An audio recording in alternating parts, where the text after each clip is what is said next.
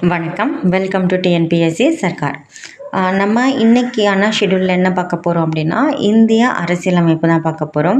இந்த இந்திய அரசியலமைப்பு அப்படின்னு பார்க்கும்போது எடுத்தோடனே நம்ம அரசியல் நிர்ணய சபை அப்படின்னு சொல்லிட்டு நம்ம பார்த்துட்டு முடியாது. ஏன்னா அரசியல் நிர்ணய சபை உருவாக்குறதுக்குன்னு ஒரு பின்னணி இருக்குது. ஸோ எதனால் அந்த அரசியல் நிர்ணய சபை நம்ம உருவாக்கணும் அப்படின்ட்டு பார்க்கணும். ஏன்னா இந்த பட்டய சட்டம், ஒழுங்குமுறை சட்டம் இதெல்லாமே குரூப் 1லேயும் சரி, குரூப் 2லேயும் சரி ப்ரிலிம்ஸில் கேட்டிருக்காங்க. ஓகேங்களா? ஸோ இது முக்கியம் தான். முக்கியம் இல்லைன்னு சொல்லிட்டு நம்ம போக முடியாது. நம்ம இதோட பின்புலம் என்ன அப்படிங்கிறத ஃபஸ்ட் நம்ம தெரிஞ்சுக்கணும். ஓகேவா? ஸோ ஃபஸ்ட்டு நமக்கு எதுலேருந்து பார்க்கலான்னா, அவங்க எப்போ வந்தாங்க அதுலேருந்தே நம்ம ஸ்டார்ட் பண்ணிடலாம். இந்திய அரசியலமைப்பில் வரலாற்றோட தாக்கம். ஸோ ஃபஸ்ட்டு ஐரோப்பியர் வருகைன்னு பார்த்தா யார் யார் வந்தாங்க? போர்ச்சுகீசியர், டச்சு, அப்புறம் தான் ஆங்கிலேயர் வந்திருப்பாங்க, அப்புறம் டேனியர் வந்திருப்பாங்க, ஃப்ரெஞ்சு வந்திருப்பாங்க. ஸோ போர்ச்சுகீசியர்னு பார்க்கும்போது 1498 அவங்க வந்துட்டாங்க. ஓகேங்களா? இந்தியாவில் தன்னோட வணிக மையத்தை ஆரம்பிச்சிட்டாங்க. அதுக்கப்புறம் டச்சு வந்திருப்பாங்க. டச்சு 1602 மார்ச் 20 அந்த டச் கிழக்கிந்திய வணிக குழு அப்படிங்கிறது ஏற்படுத்தப்பட்டு வணிகம் பண்ணாங்க. ஆங்கிலேயர்கள் 1600 என்ன பண்ணியிருப்பாங்கன்னா, மகாராணி கிட்ட ஒரு பட்டயம், ஒரு லைசன்ஸ் வாங்கியிருப்பாங்க. நாங்கள் இந்தியாவில் போய்ட்டு ட்ரேட் பண்ணுறோம், பட் நாங்கள் மட்டும்தான் பண்ணணும், வேறு யாரும் இங்கிலாந்துலேருந்து வரக்கூடாது அப்படிங்கிற மாதிரி வாங்கியிருப்பாங்க. ஸோ ஒரு மோனோபொலி, ஒரு சர்வாதிகாரம் மாதிரி, நாங்கள் மட்டும்தான் வணிகம் பண்ணணும் அப்படிங்கிற மாதிரி வாங்கியிருப்பாங்க.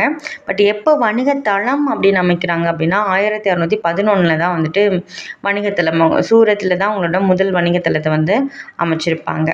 அதுக்கப்புறம் டேனியர்கள் 1616 மார்ச் 17 வராங்க. அப்புறம் ஃப்ரெஞ்சு அரசர் 14ஆம் லூயி அவரோட நிதியமைச்சர் அப்போ யார் இருந்தார்னா கோல்பர் இருந்திருப்பார். ஸோ அவர் மூலிமா 1664 இந்த ஃப்ரெஞ்சு கிழக்கிந்திய கம்பெனி அப்படிங்கிறது நிறுவி அவங்க இந்தியாவில் வணிகம் பண்ணியிருப்பாங்க. ஸோ இந்த மாதிரி வணிகத்துக்காக வந்தவங்க எப்படி ஒரு அரசாட்சியவே பிடிக்கிறாங்க அப்படின்னா, நிறைய வாரிசுரிமை போர்கள் நம்ம இந்திய அரசில் நடந்திருக்கும். நிறைய சுதேசி அரசுகள் அப்போ இருந்திருப்பாங்க. அவங்க ஆங்கிலேயர்கள் வரும்போது முகலாயர்கள் தான் ஆட்சி பண்ணிட்டு இருந்திருப்பாங்க. ஸோ ஜஹாங்கீரோட அரசவைக்கு தானே இவங்க ஃபஸ்ட்டு இதுவே கேட்பாங்க, நாங்கள் வணிக மையம் அமைச்சிக்கிறோம் அப்படின்னு சொல்லிட்டு பெர்மிஷனே அப்போ தான் கேட்பாங்க. ஸோ அப்போ முகலாய அரசு மட்டும் இல்லாமல் நிறைய அரசர்கள் இருப்பாங்க. ஹைதராபாத், அப்புறம் மைசூரில், ஹைதராபாத்தில் நிஜாம் பதவிக்கு சண்டை நடக்கும். ஆற்காடு சைடில் நவாப் பதவிக்கு சண்டை நடக்கும். நிறைய வாரிசுரிமை போர்கள் நடக்கும். அந்த வாரிசுரிமை போருக்கு ஆங்கிலேயர்கள் சப்போர்ட் பண்ணியிருப்பாங்க. ஒரு டீமுக்கு மட்டும் சப்போர்ட் பண்ணியிருப்பாங்க. ஸோ இந்த மாதிரி சப்போர்ட் பண்ணும்போது அவங்க என்ன அக்ரிமெண்ட் பண்ணுவாங்க அப்படின்னா, நிறைய நிதி என்ன சொல்கிறது, அந்த அரசர்கள்கிட்ட இருந்து வாங்கியிருப்பாங்க. சரிங்களா? இழப்பீடு தொகையாக வாங்கியிருப்பாங்க. ப்ளஸ் இந்த இழப்பீடு தொகையை தர முடியாத அரசர்கள் என்ன பண்ணுவாங்கன்னா, ஒரு ஏரியாவை பிரித்து கொடுத்து நீங்கள் இங்கே வரி வசூல் பண்ணிக்கோங்க அப்படிங்கிற மாதிரி சொல்லியிருப்பாங்க. ஸோ இந்த மாதிரி தான் கொஞ்சம் கொஞ்சமாக நம்மளோட இந்தியா கவர்மெண்ட்குள்ளேயே அந்த வரி வசூல் பண்ணுற உரிமை அப்படிங்கிறத வாங்குகிறாங்க. அதில் முக்கியமாக இவங்களுக்கு பலமாக அமைஞ்ச போர்களில் என்னென்னா, முதல் கர்நாடக போர் ஒரு 1746 48 வரைக்கும் நடந்திருக்கும். 2ஆம் கர்நாடக போர் 48 54 வரைக்கும் நடந்திருக்கும். 3ஆம் கர்நாடக போர் 56 63 வரைக்கும். ஓகேங்களா? அப்புறம் பிளாசிப்பூர், பக்சர் போர் ரொம்ப ரொம்ப முக்கியம். பிளாசிப்பூர் ஜூன் 23 1757 நடந்திருக்கும். பக்சர் போர் அக்டோபர் 22 1764 நடந்திருக்கும். இந்த பக்சர் போர் தான் இவங்களோட திவானி ரைட்ஸுக்கே காரணமாக அமைஞ்சிருக்கும். அதாவது வரி வசூல் பண்ணுறதுல ஒரு பெரிய அளவில் இவங்களுக்கு கொடுத்துருப்பாங்க. 64 பக்சர் போர் நடக்குது. இதோட முடிவாக அலகாபாத் உடன்படிக்கைன்னு சொல்லிட்டு 65 சைன் ஆகும். இந்த உடன்படிக்கையின்படி தான் வங்காளம், பீகார், அப்புறம் ஒரிசா இந்த பகுதிகளில் திவானி உரிமை அப்படிங்கிறது ஆங்கிலேயர்களுக்கு கிடச்சிருக்கும். ஸோ இப்படி வாங்கின திவானி, ஒரு வரி வசூல் பண்ணக்கூடிய அந்த திவானி உரிமையை கொஞ்சம் கொஞ்சமாக அவங்க என்ன பண்ணியிருப்பாங்க அப்படின்னா, நான் தான் எல்லாமே பண்ணுவேன் அப்படிங்கிற மாதிரி அவன் கொண்டு வந்திருப்பான். அது அந்த பகுதிகளில் இருக்கக்கூடிய எல்லா நிர்வாகமும் என்னோடய பொறுப்பு அப்படிங்கிற மாதிரி ஆயிருக்கும். இது எப்போ வரைக்கும் தொடரும் அப்படின்னா, பெருங்கிளர்ச்சி வரும் இல்லையா, 1857 பெருங்கிளர்ச்சி நடக்கும். அதுக்கப்புறம் தான் வந்து இங்கிலாந்து கவர்மெண்ட்டே டைரெக்டாக வந்து இந்தியாவை வந்து கண்ட்ரோல் பண்ணுவாங்க. அதுக்கு முன்னாடி வரைக்கும் கிழக்கிந்திய கம்பெனி ஒரு கம்பெனி தான் வந்து இந்தியாவை வந்து நிர்வாகம் பண்ணிக்கிட்டு இருக்கும். ஸோ 1858 நவம்பர் 1 விக்டோரியா மகாராணியோட பேரறிக்கை வந்து வெளியிட்டிருப்பாங்க. ஸோ அப்போ வந்து இங்கிலாந்து அரசாங்கத்தோட நேரடி கட்டுப்பாடின் கீழே இந்தியா வந்து ஆளப்படும் அப்படின்னு அறிவிச்சிருவாங்க. ஸோ இந்த விக்டோரியாவோட கவர்மெண்ட் வந்து எப்போ வரைக்கும் வந்திருக்குன்னா, நமக்கு இண்டிபெண்டன்ஸ் கிடைக்கிற வரைக்கும் 1947 ஆகஸ்ட் 15 வரைக்கும் முன்னாடியுமே இங்கிலாந்து கவர்மெண்ட் தான் நம்மளை வந்து ஆட்சி பண்ணிட்டு வந்தாங்க. ஓகேவா? ஸோ அதுக்கப்புறம் தான் நம்ம என்ன பண்ணோம், இந்திய குடியரசு அப்படிங்கிறதே ஒன்று நம்ம வாங்கணும் இல்லையா? குடியரசு நாடாக வந்து மாறுச்சு. இறையாண்மை பொருந்திய குடியரசு நாடாக. ஓகேவா? எல்லாத்தையுமே நாங்களே பார்த்துக்குறோம், எங்களுக்குள்ளே நீங்கள் எந்த தலையீடும் எந்த கவர்மெண்ட்டும் நுழையக்கூடாது அப்படின்னு சொல்லி ஒரு இறையாண்மை மிக்க குடியரசு நாடாக அதுக்கப்புறம் தான் வந்துட்டு மாறுச்சு. ஸோ அது எப்படி மாறுச்சு அப்படிங்கிறத தான் நம்ம இங்கே பார்க்க போகிறோம். ஸோ இந்திய அரசியலமைப்போட சட்ட வளர்ச்சி அப்படின்னு பார்த்துட்டா கண்டிப்பாக வந்து கிழக்கிந்திய கம்பெனி மூலயமா வந்த சட்டங்களையும் நம்ம பார்க்கணும். ஏன்னா இந்தியாவுக்குள்ள சட்டம் அப்படிங்கிறதே வந்துட்டு எப்படி தான் வருதுன்னா, ஒரு கம்பெனி மூலயமா தான் வந்து நமக்கு இந்தியாவுக்குள்ளே சட்டம் அப்படிங்கிறதே வந்து நுழையுது. ஸோ கம்பெனி ஆட்சியில் இருக்கும்போது என்னென்ன சட்டங்கள் வந்துச்சு அப்படின்னு பார்த்தோம்னா, கம்பெனியோட ஆட்சினா என்னது, 1773 தான் அந்த ஒழுங்குமுறை சட்டம் அப்படிங்கிறத கொண்டு வராங்க. அப்போ அந்த காலகட்டத்தில் இருந்து 73 இருந்து இங்கிலாந்து மகாராணியோட அந்த பிரகடனம் வர்றதுக்கு முன்னாடி வரைக்கும் 1858 வரைக்குமான காலகட்டத்தில் என்னென்ன சட்டங்கள்லாம் வந்துச்சோ அதை வந்து கிழக்கிந்திய கம்பெனியை வந்து ஒரு ஒழுங்குபடுத்துறதுக்காகவும் அதை வந்து கட்டமைக்கிறதுக்காகவும் அதோட நிர்வாகத்தை வந்து கவனிக்கிறதுக்காகவும் கொண்டு வந்த சட்டங்கள் தான் கிழக்கிந்திய கம்பெனி ஆட்சியின் போது கொண்டு வரப்பட்ட சட்டங்கள். அதுக்கப்புறம் இங்கிலாந்து அரசியோட ஆட்சி வருது இல்லையா, அப்போ கொண்டு வரப்பட்ட சட்டங்கள் எல்லாமே கவுன்சில் ஆக்ட் அப்படின்னு சொல்லுவோம், இந்திய கவுன்சில் சட்டங்கள். ஸோ ரெண்டுத்துக்கும் வித்தியாசம் இருக்குது. கிட்டத்தட்ட ஒரு 14 சட்டங்கள் வந்து இருக்குது. ஸோ இது வந்து சிம்பிளாக என்ன சட்டம் எதுக்காக வந்துச்சு, யார் அப்போ இருந்தாங்க, அதோட முக்கியத்துவம் என்ன, இது மட்டும் நம்ம பார்த்துக்கலாம். ரொம்ப ரொம்ப முக்கியம் இதெல்லாமே. சரியா? ஃபஸ்ட்டு வந்து ஒழுங்குமுறை சட்டம் வந்து 73 வந்து கொண்டு வராங்க. எதுக்காக கொண்டு வராங்க அப்படின்னு சொல்லிட்டு பார்த்துட்டோன்னா, கம்பெனி வந்து ஊழல் நடவடிக்கையில் நிறைய ஈடுபட்டிருப்பாங்க. அதாவது இங்கே வரி வசூல் பண்ணுறாங்க, திவானி ரைட்ஸ் வந்து வாங்கிட்டாங்க, நிறைய விவசாய நிலத்தில் இருந்து இருக்கக்கூடிய வருமானத்தை எல்லாத்தையுமே கம்பெனிக்காரவங்க தான் வந்து சுரண்டுறாங்க. ஆனால் இவங்க வந்து இங்கிலாந்து பார்லிமெண்ட்டுக்கு வந்து கரெக்டாக வந்து கணக்கு காட்டியிருக்க மாட்டாங்க.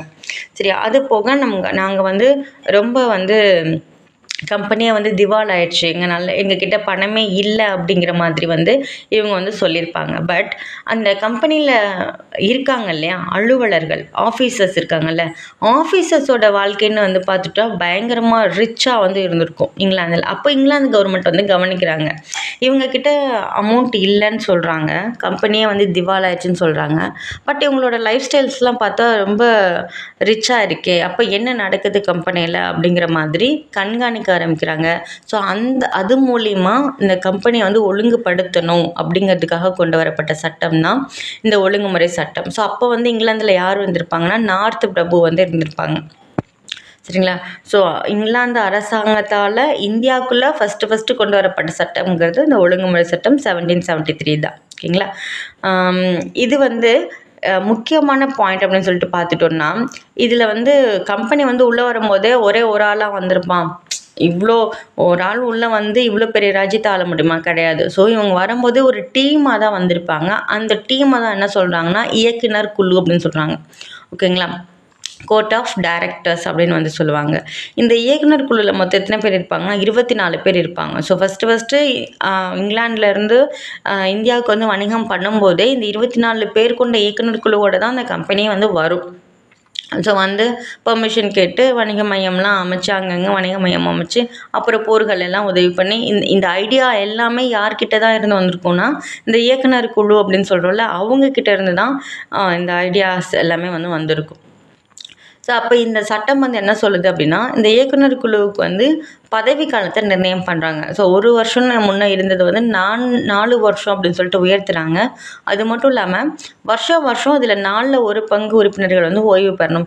இப்போ எப்படி நம்ம வந்து பார்லிமெண்ட்டில் வந்து மேலவை ராஜ்யசபாவில் வந்துட்டு உறுப்பினர், அதாவது ராஜ்யசபா அப்படிங்கிறது ஒரு நிரந்தரமான அவை, அதில் இருக்க உறுப்பினர்கள்லாம் வந்துட்டு ஓய்வு பெறணும் அப்படின்னு நம்ம சொல்கிறோம் இல்லையா?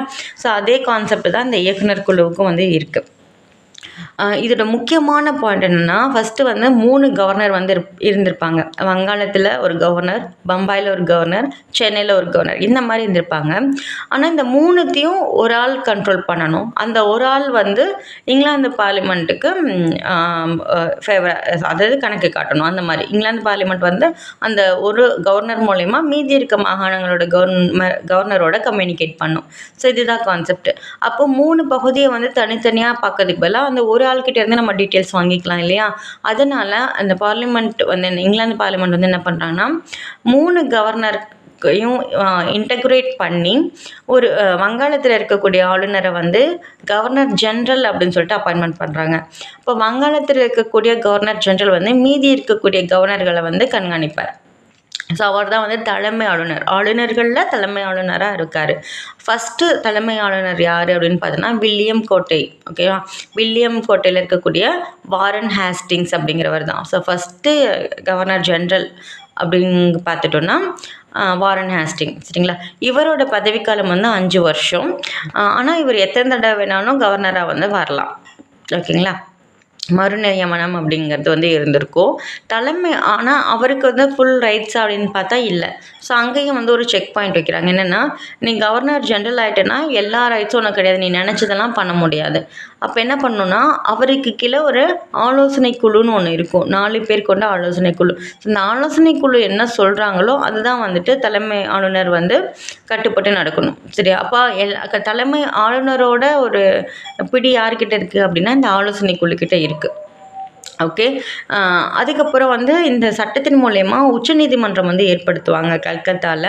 ஸோ 1774. ஸோ இந்த உச்சநீதிமன்றத்தில் ஒரு தலைமை நீதிபதியும் 3 நீதிபதிகளும் வந்துட்டு இருப்பாங்க. ஸோ ஃபஸ்ட்டு தலைமை நீதிபதி யார் அப்படின்னா சர் எலிஜா இம்பே அப்படிங்கிறவங்க. இதெல்லாமே வந்து ஸ்கூல் புக்கில் வந்து நமக்கு கொடுத்துருப்பாங்க. ஓகேங்களா? ஸோ கம்பெனி ஊழியர்கள், நீதிபதிகள் எவரும் வந்து நேரடியாகவோ மறைமுகமாகவோ பரிசு பொருட்கள் வாங்குறதுக்கு கூடாது. ஸோ நீங்கள் லஞ்சம் வாங்கக்கூடாது அப்படின்னு சொல்லிட்டு இந்த ஒழுங்குமுறை சட்டத்தில் வந்து ஸ்ட்ரிக்டாக வந்து சொல்லியிருப்பாங்க. ஸோ இதில் பாசிட்டிவ் என்ன அப்படின்னு வந்து பார்த்தீங்கன்னா, கம்பெனி வந்து தன்னிச்சையாக பண்ணிட்டு இருந்துச்சுல எல்லா விஷயத்தையும். ஸோ அதை வந்து கட்டுப்படுத்தி நீங்கள் வந்து ஆலோசனை குழு என்ன சொல்லுதோ அதுதான் வந்து கேட்கணும் அப்படின்னு வந்து சொல்லியிருப்பாங்க. இப்போ நெகட்டிவ் என்னன்னு பார்த்துட்டோன்னா, உச்சபட்ச அதிகாரம் வந்து ஆலோசனை குழு கிட்ட தான் இருக்கும். ஸோ கவர்னர் ஜென்ரல் அப்படின்னு சொல்லக்கூடிய வாரன் ஹேஸ்டிங்ஸ் கிட்ட வந்து இருக்காது. ஓகேவா? ஸோ உச்சபட்ச அதிகாரம் வந்து ஆலோசனை குழு தான். ஆனால் இதோட நெகட்டிவ் வந்து என்னென்னா, கரெக்டான அதிகாரத்தை வந்து வரையறுக்கலை. ஸோ நீதிபதி என்ன பண்ணணும், கவர்னர் என்ன பண்ணணும், அந்த மாதிரி ஒரு ஒரு ஒரு ஒரு பார்டர் வந்து இல்லை. யார் யாருக்கு என்ன மாதிரியான ஒர்க்கு அப்படின்னு சொல்லிட்டு கரெக்டாக வந்து அவங்க அசைன் பண்ணியிருக்க மாட்டாங்க. அதுதான் வந்து இதோட மிகப்பெரிய நெகட்டிவாக வந்து இருந்திருக்கும். அதுக்கப்புறம் வந்த சட்டம் தான் பிட் இந்திய சட்டம் 1784. எதனால இது பிட் இந்திய சட்டம்னு சொல்கிறோன்னா, அப்போ இங்கிலாந்தோட பிரதமராக இருந்தவர் வந்து இளைய பிட் அப்படிங்கிறவர். ஸோ இவர் வந்து ஒரு மசோதாவை வந்து கொண்டு வராரு ஆகஸ்ட் மாதம் 1784. இதை தான் வந்து நம்ம பிட் இந்திய சட்டம் அப்படின்னு வந்து சொல்கிறோம். ஸோ இதோட நோக்கம் என்ன அப்படின்னா, இந்தியாவில் சிறந்த அரசாங்கத்தை உருவாக்கணும் அப்படிங்கிறது, பிரிட்டிஷ் இந்திய பகுதிகளுக்கு வந்து பாதுகாப்பு கொடுக்கணும் அப்படிங்கிற இந்த 2 கான்செப்டில் தான் வந்து பிட் இந்திய சட்டம் அப்படிங்கிறது வந்திருக்கும். ஸோ இதோட முக்கியத்துவம் என்ன அப்படின்னு வந்து பார்த்துட்டோன்னா, ஃபஸ்ட்டு வந்து என்ன இருந்துச்சு, இந்த கோர்ட் ஆஃப் டைரக்டர், அதாவது கிழக்கிந்திய கம்பெனி வரும்போது ஒரு 24 நபர்கள் கொண்ட ஒரு குழு இருந்துச்சுல்ல, அதே மாதிரி கட்டுப்பாட்டு வாரியம்னு ஒன்று ஏற்படுத்தினாங்க புதுசாக. அதில் வந்து 6 உறுப்பினர்கள் வந்து இருப்பாங்க. இந்த 6 உறுப்பினர்களை யார் நியமனம் பண்ணுவாங்கன்னா, இங்கிலாந்து கவர்மெண்ட்டு தான் வந்து நியமனம் பண்ணும். ஓகேங்களா? ஸோ இயக்குனர் குழு அப்படியே தான் இருந்துச்சு. அதில் எந்த மாற்றமும் பண்ணலை. புதுசாக வந்து கட்டுப்பாட்டு குழு அப்படின்னு சொல்லிட்டு கட்டுப்பாட்டு வாரியம் அப்படின்னு சொல்லிட்டு ஒன்று கொண்டு வந்தாங்க. ஸோ இந்த தலைமை ஆளுநருக்கு ஒரு ஆலோசனை வழங்குறதுக்கு ஆலோசனை குழு இருந்துச்சு இல்லையா? இந்த ஆலோசனை குழுவில் 4 பேர் இருந்தாங்க. இப்போ அதை வந்து 3 கம்மி பண்ணியிருப்பாங்க. ஸோ 4 உறுப்பினர்கள் 3 உறுப்பினர்களாக வந்து கம்மி பண்ணியிருப்பாங்க. இப்போ வந்து கரெக்டாக வந்து அந்த நிர்வாகத்தையும் வணிகத்தையும் வந்து பிரிச்சிருப்பாங்க. இப்போ இயக்குனர் குழு நீ எதுக்காக வந்த? இந்தியாவில் வணிகம் பண்ணுறதுக்காக தானே வந்தேன். அப்போ நீ வணிக நடவடிக்கையை மட்டும் பார்த்துக்க அப்படின்னு சொல்லிட்டு வணிகத்தை மட்டும் இயக்குனர் குழு பார்த்துருப்பாங்க. கட்டுப்பாட்டு வாரியத்துக்கு கீழே என்ன வந்திருக்கும் அப்படின்னா அரசியல் நடவடிக்கைகள் எல்லாமே வந்துட்டு கட்டுப்பாட்டு வாரியம் வந்து பார்த்துருப்பாங்க. ஸோ இதுவே வந்து பார்த்தீங்கன்னா கிட்டத்தட்ட உங்களுக்கு இரட்டை ஆட்சித்தன்மை தான். ஓகேங்களா? ஸோ இரட்டை ஆட்சித்தன்மை வந்து ஸ்டார்டிங்கில் தோன்றுச்சு அப்படின்னு பார்த்தா இந்த பிரிட்டிஷ் இந்திய சட்டம் அப்படின்னு சொல்லலாம். ஏன்னா வணிகம் தனி, அரசு தனி, நிர்வாகம் தனி அப்படின்னு சொல்லிட்டு வந்து பிரிச்சிருப்பாங்க. அதுக்கப்புறம் அந்த வாரன் ஹேஸ்டிங்ஸ் இருக்கார்ல, அவர் வந்து சொல்லியிருப்பார் என்னென்னா, நீங்கள் வந்து கவர்னர் ஜென்ரல் அப்படிங்கிற ஒரு பதவி வந்து கொடுத்துட்டீங்க, ஓகே தான். எனக்கு கீழே தான் மீதி இருக்க 2 கவர்னர் வந்து இருக்காங்க. மீதி 2 மாகாணங்களையும் என்னோட கண்ட்ரோலில் கொடுத்துருக்கீங்க, ரொம்ப நல்லது. ஆனால் அந்த ஆலோசனை குழுன்னு ஒன்று வச்சுருக்கீங்க, அதோட கருத்தை தான் நான் வந்து கேட்கணும், அதுக்கு கட்டுப்பட்டு தான் நான் நடக்கணும்னு சொல்கிறீங்க. ஸோ இதை வந்து நீங்கள் திருத்தம் பண்ணுங்கள். இது வந்து என்னோட உரிமைகளை வந்து பறிக்கிற மாதிரி இருக்குது அப்படிங்கிற மாதிரி நிறைய கோரிக்கை வச்சுருப்பார். ஓகே, நாங்கள் இனிமேல் லஞ்சம்லாம் வாங்க மாட்டோம், நாங்கள் கரெக்டாக நடந்துக்கிறோம், வணிகத்தை வந்து நல்லபடியாக நமக்கு கொண்டு போகலாம், பட் இந்த ரூல்ஸ் எல்லாம் கொஞ்சம் நீங்கள் கம்மி பண்ணுங்க அப்படிங்கிற மாதிரி சொல்லியிருப்பாங்க. ஓகேங்களா?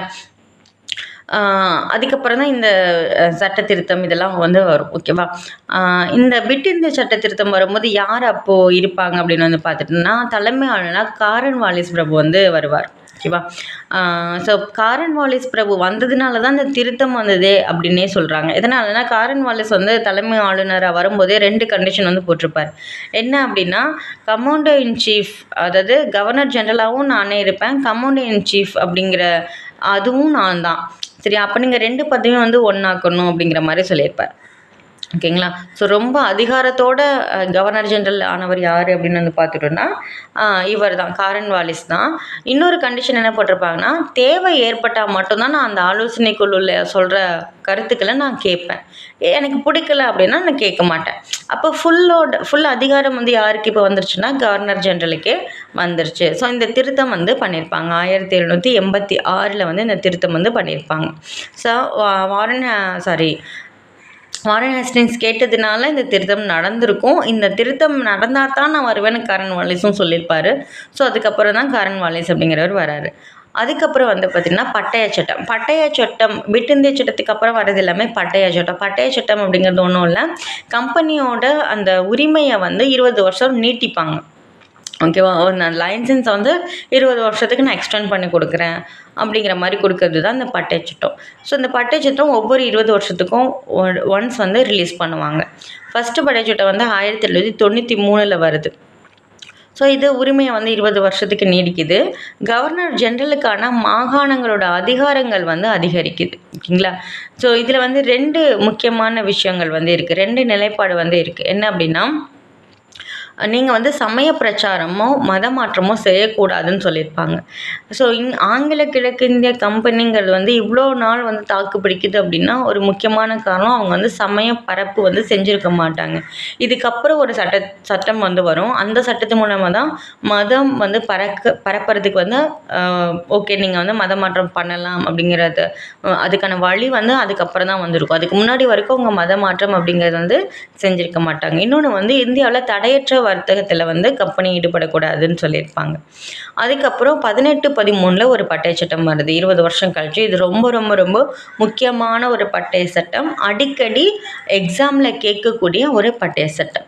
அது என்ன 1813 வர பட்டய சட்டம் அப்படின்னா, கம்பெனியோட ஏகபோக வர்த்தகம், இந்த மோனோபோலின்னு சொல்கிறோம் இல்லையா, நான் மட்டும்தான் இங்கிலாந்துலேருந்து வந்து வணிகம் பண்ணுவேன், அதுக்கப்புறம் நீங்கள் எந்த கம்பெனியும் அலோவ் பண்ணக்கூடாதுன்னு ஒரு உரிமம் வந்து வாங்கியிருப்பாங்க. அதை வந்து கேன்சல் பண்ணிட்டு யார் வேணாலும் இங்கிலாந்துலேருந்து யார் வேணாலும் வந்து வணிகம் பண்ணலாம் அப்படின்னு சொல்லியிருப்பாங்க.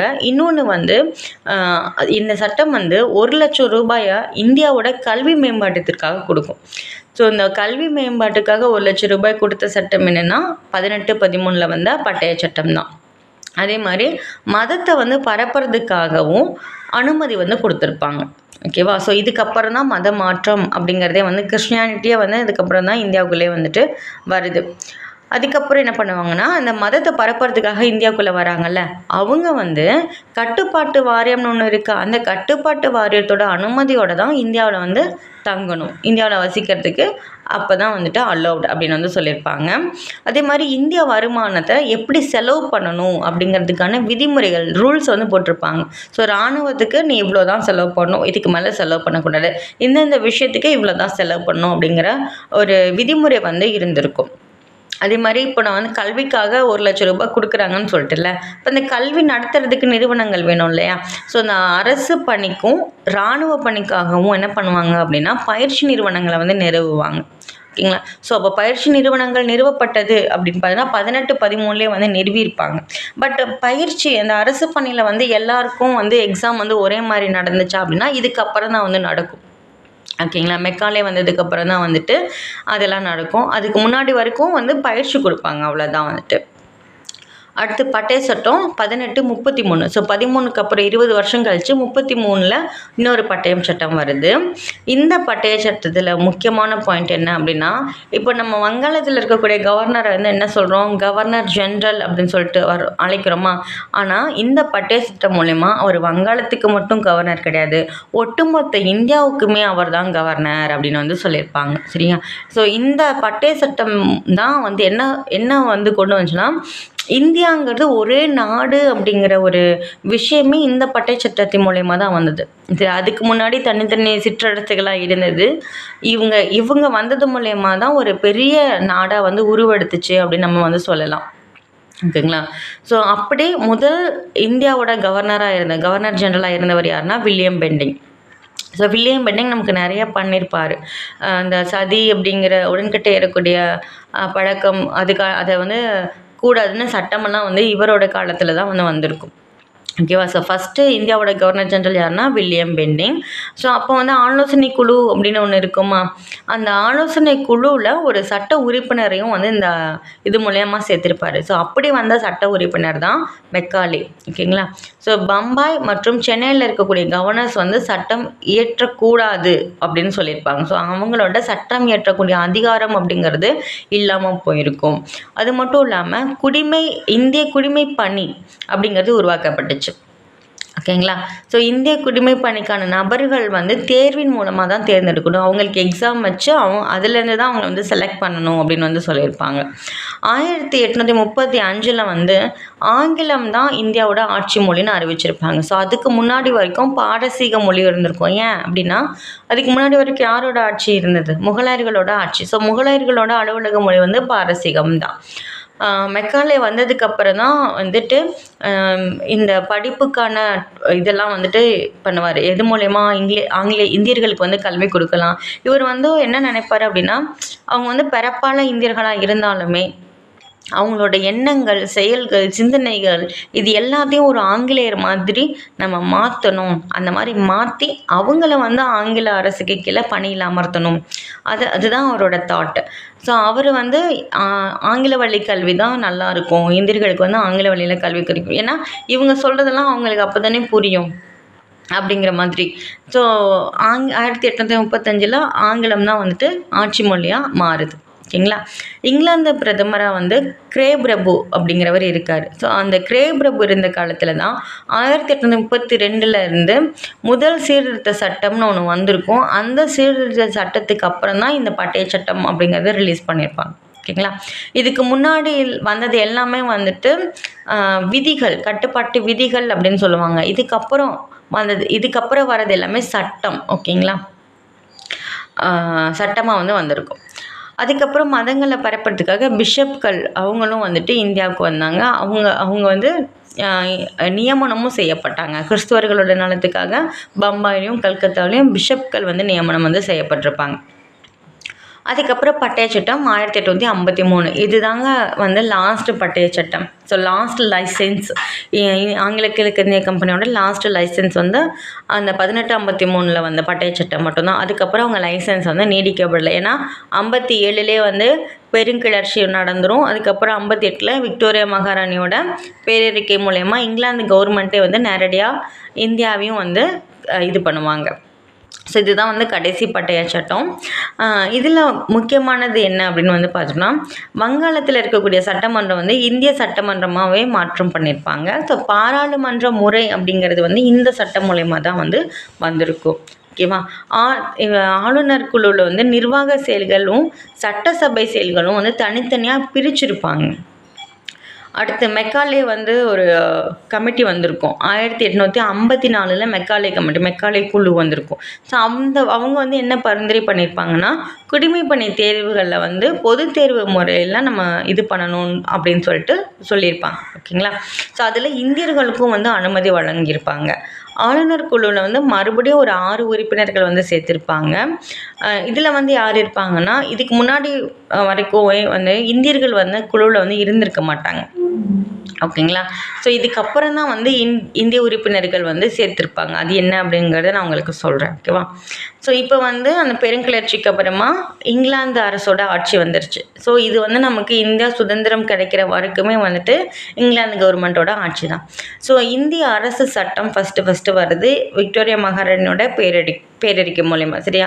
ஸோ 1858 நவம்பர் 1 அலகாபாத்தில் கானிங் பிரபு தான் வந்துட்டு இந்த அறிக்கையை வந்து வாசிக்கிறார். அப்போது இருந்தவர் வந்து யார் அப்படின்னா கானிங் பிரபு. ஓகேங்களா? ஸோ இதுக்கு முன்னாடி வரைக்கும் இந்தியாவோட கவர்னராக இருந்தவங்க இதுக்கப்புறம் எப்படி அழைக்கப்படுவாங்கன்னா வைசிராய், அதாவது அரச பிரதிநிதி அப்படின்னு சொல்லிட்டு அழைக்கப்படுவாங்க. ஸோ இதோட கிழக்கிந்திய வணிக குழுவோட ஆட்சி அப்படிங்கிறது முடிவுக்கு வந்துடுது. டைரெக்டாக வந்து இங்கிலாந்து கவர்மெண்ட்டே வந்து இந்தியா வந்து ஆளும், அதுக்கான சட்டங்களை ஏற்றும் அப்படின்னு சொல்லியிருப்பாங்க. ஸோ இது வந்து இந்திய மக்களோட மேக்னா கர்த்தா, அதாவது உரிமை சாசனம் அப்படின்னு வந்து இந்த சட்டத்தை வந்து சொல்கிறாங்க. அது மட்டும் இல்லாமல் இந்திய நல்லாட்சி சட்டம் அப்படின்னும் இதுக்கு இன்னொரு பெயர் வந்து இருக்குது. ஸோ அப்படிங்கும்போது கானிங் பிரபு தான் என்னது முதல் வைசிராய். ஓகேங்களா? முதல் அரச பிரதிநிதி வந்து கானிங் பிரபு தான். ஸோ இப்போது இந்தியா வந்து இங்கிலாந்தோட கட்டுப்பாட்டில் போயிடுச்சு. ஸோ இங்கிலாந்துக்கும் இந்தியாவுக்கும் நடுவில் ஒரு அயலுறவு செயலாளர் வேணும் இல்லையா? ஸோ அதை வந்து அந்த போஸ்ட் வந்து உருவாக்குறாங்க. அயலுறவு செயலாளர் அப்படிங்கிற போஸ்ட்டு. ஃபஸ்ட்டு அயலுறவு செயலாளர் யாருன்னா சர் சார்லஸ் வுட். ஓகேங்களா?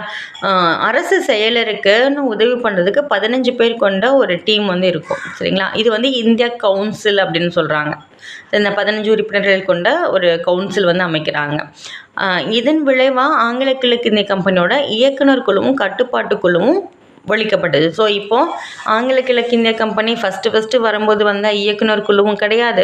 அதுக்கப்புறம் கட்டுப்பாட்டு வாரியம்னு சொல்லிட்டு ஒன்று அமைச்சாங்களே, அந்த கட்டுப்பாட்டு வாரியமும் கிடையாது. இனிமேல் என்ன இருக்கும் அப்படின்னா இந்த இந்திய கவுன்சில் மட்டும்தான் இருக்கும். 15 பேர் கொண்ட உறுப்பினர் கொண்ட இந்திய கவுன்சில். அதனால தான் இதுக்கப்புறம் வந்து வரக்கூடிய சட்டங்கள் எல்லாமே நம்ம என்ன சொல்கிறோம்னா கவுன்சில் ஆக்ட் அப்படின்னு வந்து சொல்கிறோம். கவுன்சில் சட்டங்கள் அப்படின்னு வந்து நம்ம சொல்கிறோம். ஸோ இதுபடி ஃபஸ்ட்டு கவுன்சில் சட்டம் வந்து எப்போ வருது அப்படின்னா 1861 வருது. ஓகேங்களா? இந்த 1861 வர இந்திய கவுன்சில் சட்டம் வந்து ரொம்ப ரொம்ப முக்கியம். ஏன் அப்படின்னா இந்த கவுன்சில் சட்டத்தில் தான் இந்தியர்களுக்குன்னு இடம் வந்து கொடுத்துருப்பாங்க. அதுக்கு முன்னாடி வரைக்கும் இந்தியர்களுக்கு எந்த இடமும் கிடையாது. ஓகேங்களா?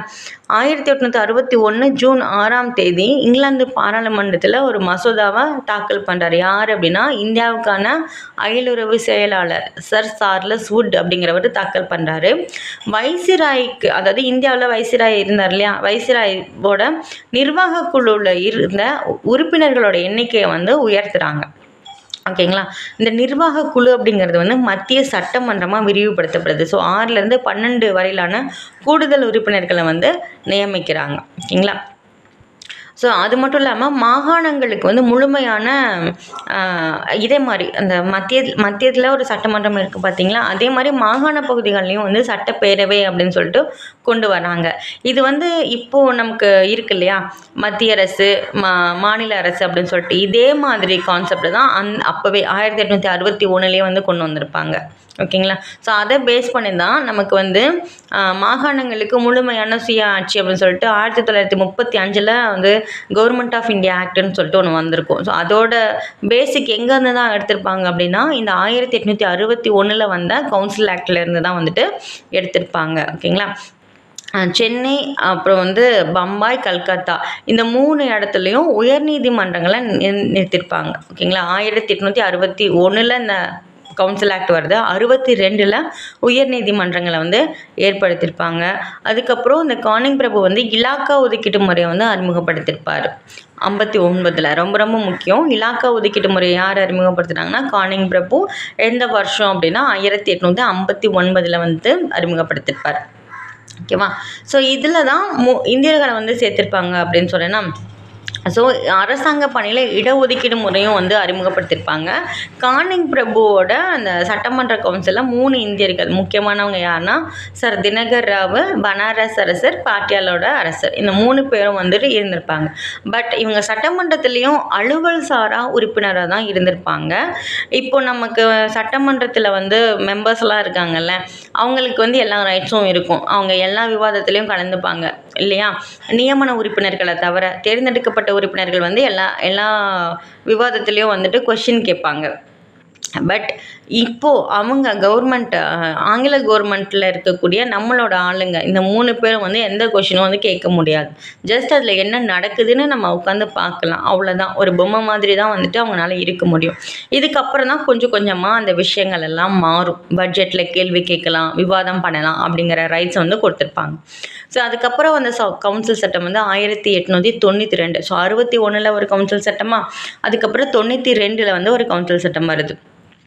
ஸோ இந்த கவுன்சில் சட்டம் வந்து எதனால் வருது அப்படின்னு வந்து பார்த்தோன்னா, நிறைய போராட்டம் வந்து பண்ணியிருப்பாங்க இந்திய தேசிய காங்கிரஸ். இதுக்கிடையிலே வந்து 1885 இந்திய தேசிய காங்கிரஸ் அப்படிங்கிறத ஒன்று ஆரம்பிச்சிருப்பாங்க.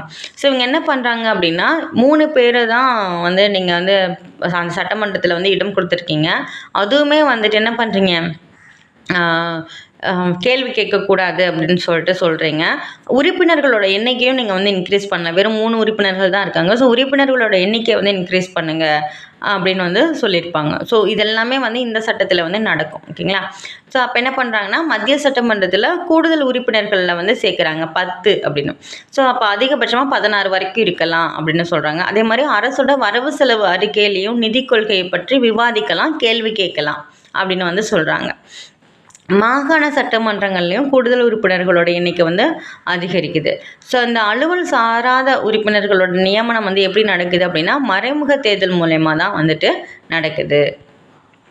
அடுத்து மின்டோ மார்லி சீர்திருத்தம் 1909 வந்த கவுன்சில் சட்டம். இந்த கவுன்சில் சட்டத்தை தான் நம்ம மின்டோ மார்லி சீர்திருத்தம் அப்படின்னு வந்து சொல்கிறோம். ஓகேங்களா? இதுவும் வந்து கவுன்சில் சட்டம் தான். ஸோ மின்டோ அப்படிங்கிறவர் யாருன்னா வைஸ்ராய், இந்தியாவோட வைஸ்ராயாக இருந்தவர், அரச பிரதிநிதி தான் மின்டோ. அயலுறவு செயலாளராக இருந்தவர் மார்லி. ஓகேங்களா? இதோட முக்கியத்துவம் என்ன அப்படின்னு வந்து பார்த்துட்டோம்னா, இந்த சட்டமன்றத்தில் இருக்கக்கூடிய உறுப்பினர்கள் அதிகபட்சம் 16ன்னு சொல்லியிருப்பாங்க போன சட்டத்தில். இந்த சட்டத்தில் என்ன சொல்கிறாங்கன்னா 60 வரைக்கும் இருக்கலாம் அப்படின்னு வந்து சொல்லியிருப்பாங்க. இதில் வந்து 27 பேர் வந்து தேர்ந்தெடுக்கப்பட்டவங்களாகவும் மீதம் இருக்கிறவங்க நியமன முறையிலையும் வந்துட்டு நிரப்பியிருப்பாங்க. ஓகேங்களா?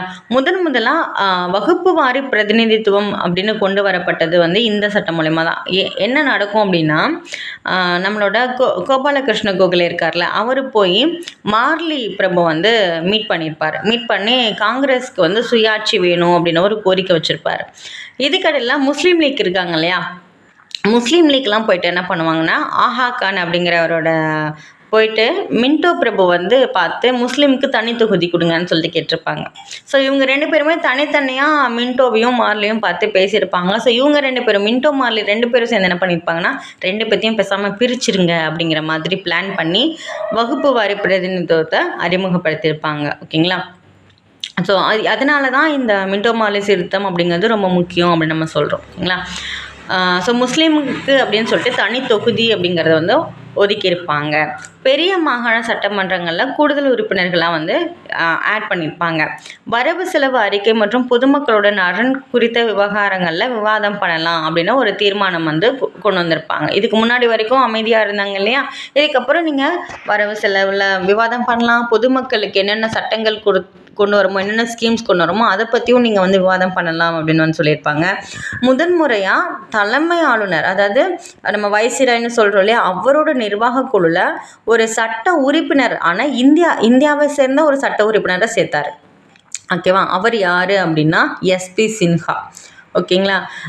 ஆனால் பார்லிமெண்ட்டில் பொதுமக்கள் அவையில் சேர்ந்த 2வது உறுப்பினர் எஸ்பி சின்ஹா. சட்ட உறுப்பினர் அப்படின்னு சொல்லும்போது முதல் சட்ட உறுப்பினர் அப்படின்னு நம்ம சொல்லுவோம். நார்மலாக பார்லிமெண்ட் உறுப்பினர் அப்படின்னு சொல்லும்போது 2வது உறுப்பினர் சொல்லுவோம். ஏன்னா முதல் உறுப்பினராக தாதாபாய் நவ்ரோஜி ஆல்ரெடி சேர்ந்திருப்பார் இந்தியா பார்லிமெண்ட்டில். சரிங்களா, சாரி, இங்கிலாந்து பார்லிமெண்ட்டில்.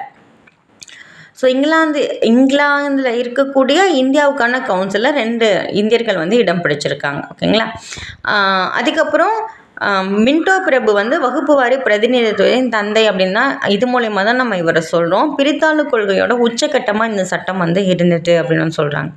அதுக்கப்புறம் அந்த கவுன்சில் சட்டம் வந்து மான்டேகு செம்ஸ்ஃபோர்டு சீர்திருத்தம்னு சொல்கிறோம். 1919 வந்திருக்கும். ஸோ இதில் வந்து வெளியுறவு அமைச்சர் யாருன்னா மான்டேகு. செம்ஸ்ஃபோர்டு அப்படிங்கிறவர் வந்து அரசு பிரதிநிதி. ஓகேங்களா. ஸோ இது வந்து 1913 வந்து கவுன்சில் சட்டம். எதனால் இவங்க பேரால் நம்ம சொல்கிறோம் அப்படின்னா இந்த சட்டத்துக்கு அவ்வளோ ஒரு முக்கியத்துவம் வந்து இருக்குது. என்ன அப்படின்னா இந்த சட்டம் மூலயமா இரட்டை ஆட்சி முறை வந்து அறிமுகம் பண்ணியிருப்பாங்க. அதாவது மத்தியில் ஒரு அரசு, மாகாணங்களில் இருக்கக்கூடிய அரசு. இந்த மத்திய அரசுக்கும் மாகாண அரசுக்கும் இந்த துறைகளை வந்து ஒதுக்கீடு வந்து பண்ணியிருப்பாங்க. அது வந்து ஒதுக்கப்பட்ட துறைகள், மாற்றப்பட்ட துறைகள் அப்படின்னு வந்து சொல்கிறாங்க. இந்த ஒதுக்கப்பட்ட துறைகளில் வந்து முக்கியமான டிபார்ட்மெண்ட்ஸ்லாம் இருக்காது. ஓகேங்களா. ஸோ அந்த காவல்துறை, சிறைச்சாலை, நிலவருவாய், நீர்ப்பாசனம், முக்கியமான துறைகள் இருக்கும். நீர்ப்பாசனம், நீதி, நிதி, பாதுகாப்பு, இது எல்லாமே வந்து யார்கிட்ட இருக்கும் அப்படின்னா கவர்னர் கிட்ட கீழே இருக்கக்கூடிய மத்திய அரசில் இருக்கும். ஓகேங்களா. அப்புறம் மாற்றப்பட்ட துறைகள் வந்து பார்த்திங்கன்னா நார்மலான துறைகள், கல்வி, பொதுப்பணி, உள்ளாட்சித்துறை, பொது சுகாதாரம், துப்புரவு, இதெல்லாமே வந்துட்டு மாற்றப்பட்ட துறைகளில் இருக்கும். ஓகேங்களா. அதே மாதிரி முஸ்லீம்களுக்கு தனி தொகுதி கொடுத்தாங்கல்ல, இதில் வந்து என்ன பண்ணியிருப்பாங்க அப்படின்னா ஆங்கிலோ இந்தியர்கள், சீக்கியர்கள், கிறிஸ்தவர்கள், இந்த மாதிரி எல்லா மைனாரிட்டிஸ்க்கும் வந்துட்டு தனி தொகுதி அப்படிங்கிறது வந்து கொடுத்துருப்பாங்க. ஓகேங்களா. இந்த சட்டத்தை ஆங்கில அரசு வெளியிட்டது ஆங்கிலேயரோட பெருந்தன்மையற்ற செயல், அதனை ஏற்றுக்கொள்ள இந்தியருக்கு மதிப்புடையதாக ஆகாது அப்படின்னு சொல்லிட்டு அன்னி பெசன்ட் வந்து சொல்லியிருப்பார். ஓகே. இந்த சட்டத்தில் தான், அதாவது இந்த 1919 வெளியான சட்டம் தான் எதோட முன்னோடி அப்படின்னு பார்த்தோன்னா 1935 வந்த சட்டத்தோட முன்னோடின்னு சொல்லலாம். ஏன்னா இதில் தான் 2 அவைகளை கொண்ட சட்டமன்றம் அப்படிங்கிறது வந்து ஏற்படுத்தப்பட்டிருக்கும். ஒரு நிமிஷம். ஸோ 2 அவைகளை கொண்ட சட்டமன்றம் அப்படிங்கிறது வந்து ஏற்படுத்தப்பட்டிருக்கும்.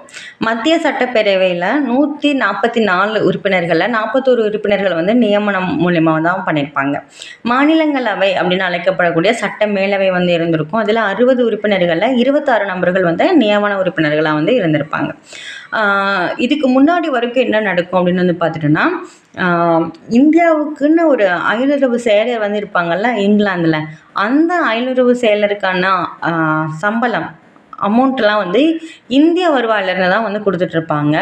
இதுக்கப்புறம் இந்த நிறைய பிரச்சனைகள் வந்து நடந்திருக்கும். காங்கிரஸும் வந்து வலியுறுத்துவாங்க, அங்கே இருக்கிறவங்களுக்கு இங்கேருந்து எதுக்கிட்டா சம்பளம் தரீங்க அப்படிங்கிற மாதிரி.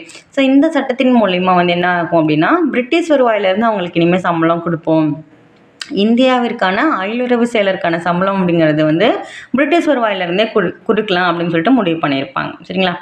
லண்டனில் இந்தியாவுக்கான உயர் ஆணையர் வந்து ஒருத்தர் வந்து நியமனம் பண்ணியிருப்பாங்க. முதலாக தேர்தல் ஆணையம் அமைக்கப்பட்டு நேரடி தேர்தல் முறை அப்படிங்கிறது நடைமுறைக்கு வந்திருக்கும். ஸோ இதுதான் ரொம்ப முக்கியம். ஏன் அப்படின்னா இதுக்கப்புறம் இந்த சட்டத்தின் மூலமாக தான் 1920 தேர்தல் வந்து நடக்கும். அந்த தேர்தலில் போட்டியிட்டு நீதி கட்சி வெற்றி பெறும். ஸோ 1921 இவங்க வந்து பெண்களுக்கான வாக்குரிமையும் வந்து கொடுத்துருப்பாங்க. ஓகேவா. ஸோ அது ஆனால் ஒரு கிரிட்டீரியா இருக்கும். இப்போ இருக்க மாதிரி 18 வயசு வந்து எல்லாருமே வந்து ஓட் பண்ண முடியாது. ஓகேங்களா. ஸோ ஓரளவுக்கு சமூக அந்தஸ்தில் இருக்கவங்க தான் வந்து ஓட் பண்ணுவாங்க. ஸோ அந்த மாதிரி வந்து இருந்திருக்கும். அதுக்கு முன்னாடி நியமன உறுப்பினர்கள் தான் மேக்சிமம் வந்து இருந்திருப்பாங்க. இந்த தேர்தல் அப்படிங்கிறதே இருந்திருக்காது இந்தியாவில். ஸோ ஃபஸ்ட்டு தேர்தல் வந்து எப்போ நடக்குதுன்னா இந்த சீர்திருத்த சட்டத்துக்கு அப்புறம் 1920 தான் வந்துட்டு நடக்குமே. ஓகேவா. ஸோ அடுத்து இந்திய அரசு சட்டம் ரொம்ப ரொம்ப முக்கியம்.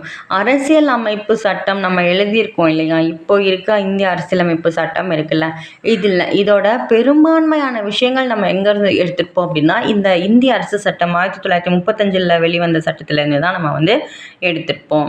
ஓகேவா. எதனால இந்த இந்திய அரசு சட்டம் வருது அப்படின்னு வந்து பார்த்துட்டோம்னா இதுக்கு முன்னாடி வந்து 3 வட்டமேசை மாநாடுகள் வந்து நடந்திருக்கும் 1930, 31, 32. அதே மாதிரி சைமன் குழு வந்து வந்திருப்பாங்க. எப்போனா இந்த மின்டோ மார்லி சீர்திருத்தம் வருது இல்லையா, 1919 ஒரு சட்டம் வருது இல்லையா, அந்த சட்டத்தை வந்து ஆராய்ச்சி எல்லாமே கரெக்டாக இருக்கா, அந்த சட்டத்தின் மூலமாக எல்லாமே நடக்குதா, இல்லை அதில் ஏதாவது நிறைக்குறைகள் இருக்கா அப்படிங்கிறத ஆய்வு பண்ணுறதுக்காக சைமன் குழு வந்து வருவாங்க. 1927 வருவாங்க. ஓகேங்களா. ஸோ அவங்களோட அறிக்கை வந்து என்ன சொல்லியிருக்கோம் அப்படின்னா, இந்த இரட்டை ஆட்சி வேண்டாம் அப்படிங்கிற மாதிரி சொல்லியிருப்பாங்க. ஸோ அவங்களோட அறிக்கை. அதுக்கப்புறம் வெல்லிங்டன் பிரபு வந்து ஒரு வெள்ளை அறிக்கை வந்து ரிலீஸ் பண்ணியிருப்பார். ஸோ இது எல்லாமே வந்து வச்சு பார்த்தோம் அப்படின்னா, புதுசாக ஒரு சட்டம் வந்து நம்ம கொண்டு வரலாம், ஸோ கொஞ்சம் மாற்றலாம் நடவடிக்கைகள்லாம் அப்படின்னு சொல்லிட்டு தான் இங்கிலாந்து பார்லிமெண்ட் வந்து இந்திய அரசு சட்டத்தை வந்து கொண்டு வருவாங்க. ஸோ இந்த சட்டத்தில் வந்து பார்த்தீங்கன்னா 321 பிரிவுகள் இருக்கும், 10 அட்டவணைகள் வந்து இருந்திருக்கும். ஓகேவா.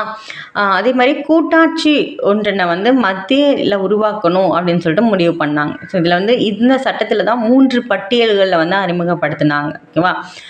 மாகாண பட்டியல், பொது பட்டியல், மத்திய பட்டியல் அப்படின்னு சொல்லிட்டு. ஸோ மத்திய பட்டியலில் வந்து 51 துறைகள், மாகாண பட்டியலில் 54, பொதுப்பட்டியலில் வந்து 36 துறைகள் வந்து இருந்திருக்கு. ஸோ மத்தியில் இரட்டை ஆட்சி, ஆனால் மாகாணங்களில் சுய ஆட்சி அப்படிங்கிறத அறிமுகப்படுத்தியிருப்பாங்க. சரியா. இதுக்கு முன்னாடி இருந்தது வந்து மொத்தமாகவே இரட்டை ஆட்சியாக இருந்திருக்கும். ஓகேங்களா.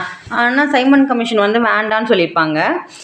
ஸோ இந்த சட்டத்தில் என்ன பண்ணியிருக்காங்க அப்படின்னா, மத்தியில் இரட்டை ஆட்சி, மாகாணத்தில் சுய ஆட்சி அப்படிங்கிற மாதிரி சொல்லியிருப்பாங்க. ஸோ அதுக்கப்புறம் வந்து பார்த்திங்கன்னா, நம்ம வந்து முதல் தலைமை நீதிபதி மௌரிஸ் கியர் அப்படிங்கிறவர் வந்து நியமனம் செய்யப்பட்டார். ஓகேங்களா. டெல்லியில் முதல் கூட்டாட்சி நீதிமன்றம்னு அமைச்சிருப்பாங்க. கூட்டாட்சி நீதிமன்றம் இப்போ இருக்கக்கூடியது. ஓகேங்களா. அதோட முதல் நீதிபதி யார் அப்படின்னா மௌரிஸ் கியர் அப்படிங்கிறவர். ஓகேவா.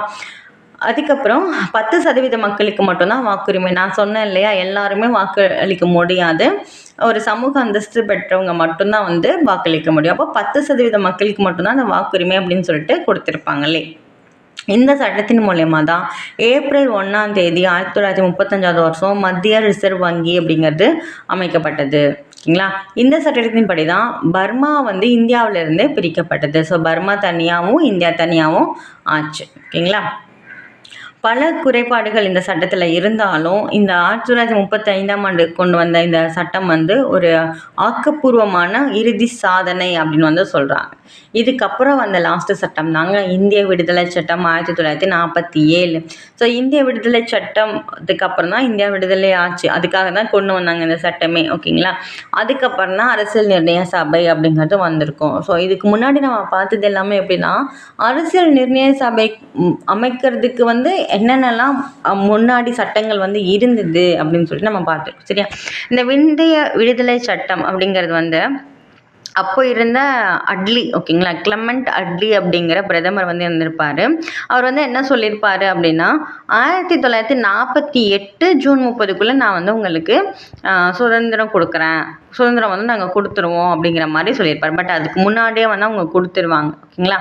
1947 ஜூன் 3ஆம் தேதி மவுண்ட் பேட்டன் பிரபு வந்து இந்திய பிரிவினை திட்டத்தை வந்து அறிவிக்கிறார். ஸோ இந்தியா தனி, பாகிஸ்தான் தனி அப்படிங்கிற பிரிவினை திட்டத்தை வந்து யார் அறிவிக்கிறாங்க அப்படின்னா மவுண்ட் பேட்டன் பிரபு வந்து அறிவிக்கிறாரு. 1947 ஜூலை 18 வந்து இந்திய விடுதலை சட்டம் அப்படிங்கிறது நிறைவேற்றப்படுது. இந்த சட்டத்தின் மூலயமா இந்தியா அப்படிங்கிற தனி நாடும் பாகிஸ்தான் அப்படிங்கிற தனி நாடு, 2 சுதந்திர நாடுகள் அப்படிங்கிறது உருவாக்கப்படுது. சரி. அதுக்கப்புறம் அப்போவே நமக்கு வந்து பிரிச்சுட்டாங்க. ஆனால் ஏன் சுதந்திரம் தரல அப்படின்னா, இவங்க வந்து அந்த போர் வந்து நடந்திருக்கும்ல, ஜப்பானுக்கும் பிரிட்டனுக்கும் வந்து நடந்திருக்கும். ஸோ இவங்க வந்து ஜப்பான் வந்து விழுந்துருவாங்க. ஸோ ஆகஸ்ட் 15ஆம் தேதி தான் வந்து அவங்க சரணடைவாங்க. ஸோ அந்த நாளில் தான் வந்து உங்களுக்கு நாங்கள் சுதந்திரம் தருவோம் அப்படிங்கிற மாதிரி இவங்க சொல்லியிருப்பாங்க. சரியா. அப்போ பாகிஸ்தானுக்கு நமக்கு ஒரு நாளைக்கு முன்னாடி ஆகஸ்ட் 14 அவங்க வந்து சுதந்திர நாடாயிரும், இந்தியா வந்து ஆகஸ்ட் 15 சுதந்திரமாயிரும். இப்போ என்ன ஆனால் சுதந்திரம் ஆயிடுச்சு, இந்தியா வந்து சுதந்திர நாடாக ஆயிடுச்சு. பட் இந்தியா நாட்டை வழிநடத்தி கொண்டு போகிறதுக்கான அந்த சட்ட புத்தகம் அப்படிங்கிறது நம்மக்கிட்ட இல்லை. ஓகேவா. ஸோ எதை பேஸ் பண்ணி நம்ம ஆட்சி பண்ணுறது, அதுக்கான ரூல்ஸ் அண்ட் ரெகுலேஷன்லாம் என்ன, இதெல்லாம் நம்மக்கிட்ட எதுவுமே இல்லை. ஏன்னா இதுக்கு முன்னாடி நம்ம ஃபாலோ பண்ணது எல்லாமே வந்து என்னது, இங்கிலாந்து பார்லிமெண்ட் கொண்டு வந்த சட்டங்களை தான் நம்ம ஃபாலோ பண்ணிகிட்டு இருந்தோம். இப்போ நமக்குன்னு சட்டங்கள் வேணும் இல்லையா. அதை எப்படி நம்ம தயார் பண்ணுறது? ஒரு சுதந்திர நாடு இருக்குது நம்மக்கிட்ட, பட் அதை வழிநடத்துறதுக்கான எந்த வழிமுறைகளும் நம்மக்கிட்ட இல்லை. ஸோ அப்போ தான் என்ன முடிவு பண்ணுறாங்கன்னா, ஜவஹர்லால் நேரு தலைமையில் ஒரு இடைக்கால அரசாங்கத்தை வந்து உருவாக்குவோம். அந்த இடைக்கால அரசாங்கம் வந்து கொஞ்ச நாளைக்கு இருக்கட்டும், இந்த சட்ட புத்தகம் ரெடி ஆகிற வரைக்கும் இந்த இடைக்கால அரசாங்கம் வந்து இருக்கட்டும் அப்படின்னு சொல்லிட்டு வந்து சொல்லியிருப்பாங்க. ஸோ அதோட ஹிஸ்ட்ரி வந்து நம்ம இப்போ பார்க்க போகிறோம். ஓகேவா? ஸோ எல்லை வரையறை ஆணையம்லாம் கொண்டு வந்திருப்பாங்க. இந்தியாவுக்கு என்ன, பாகிஸ்தானுக்கு என்ன மாதிரி கொடுக்கறது அப்படின்னு சொல்லிட்டு. இந்த எல்லை வரையறை ஆணையத்தோட தலைவர் யார் அப்படின்னா ராட்க்ளிப் அப்படிங்கிறவர். ஓகேங்களா? ஸோ அவர் தான் வந்துட்டு வரையறுத்திருப்பார், இதெல்லாம் பாகிஸ்தான், இதெல்லாம் இந்தியா அப்படின்னு சொல்லிட்டு.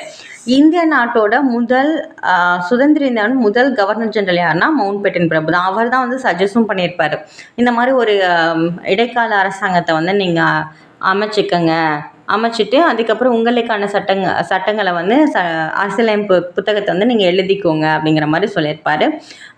அவர் போனதுக்கப்புறம் முதல் இந்திய கவர்னர் ஜெனரலாக ராஜாஜி அப்படிங்கிறவர் வந்து நியமனம் பண்ணியிருப்பாங்க. ஓகேங்களா? பாகிஸ்தானோட கவர்னர் ஜெனரலாக வந்து முகமது அலி ஜின்னாவை வந்து நியமனம் பண்ணியிருப்பாங்க. ஸோ இந்த அரசியல் நிர்ணய சபை வர்றதுக்கு முன்னாடி எதெல்லாம் வந்து வந்திருக்கும், என்னென்ன மாதிரி முக்கியத்துவமான நிகழ்வுகள்லாம் நடந்திருக்கு அப்படின்னு வந்து பார்த்தோன்னா, ஆகஸ்ட் அறிக்கை. ஓகேங்களா?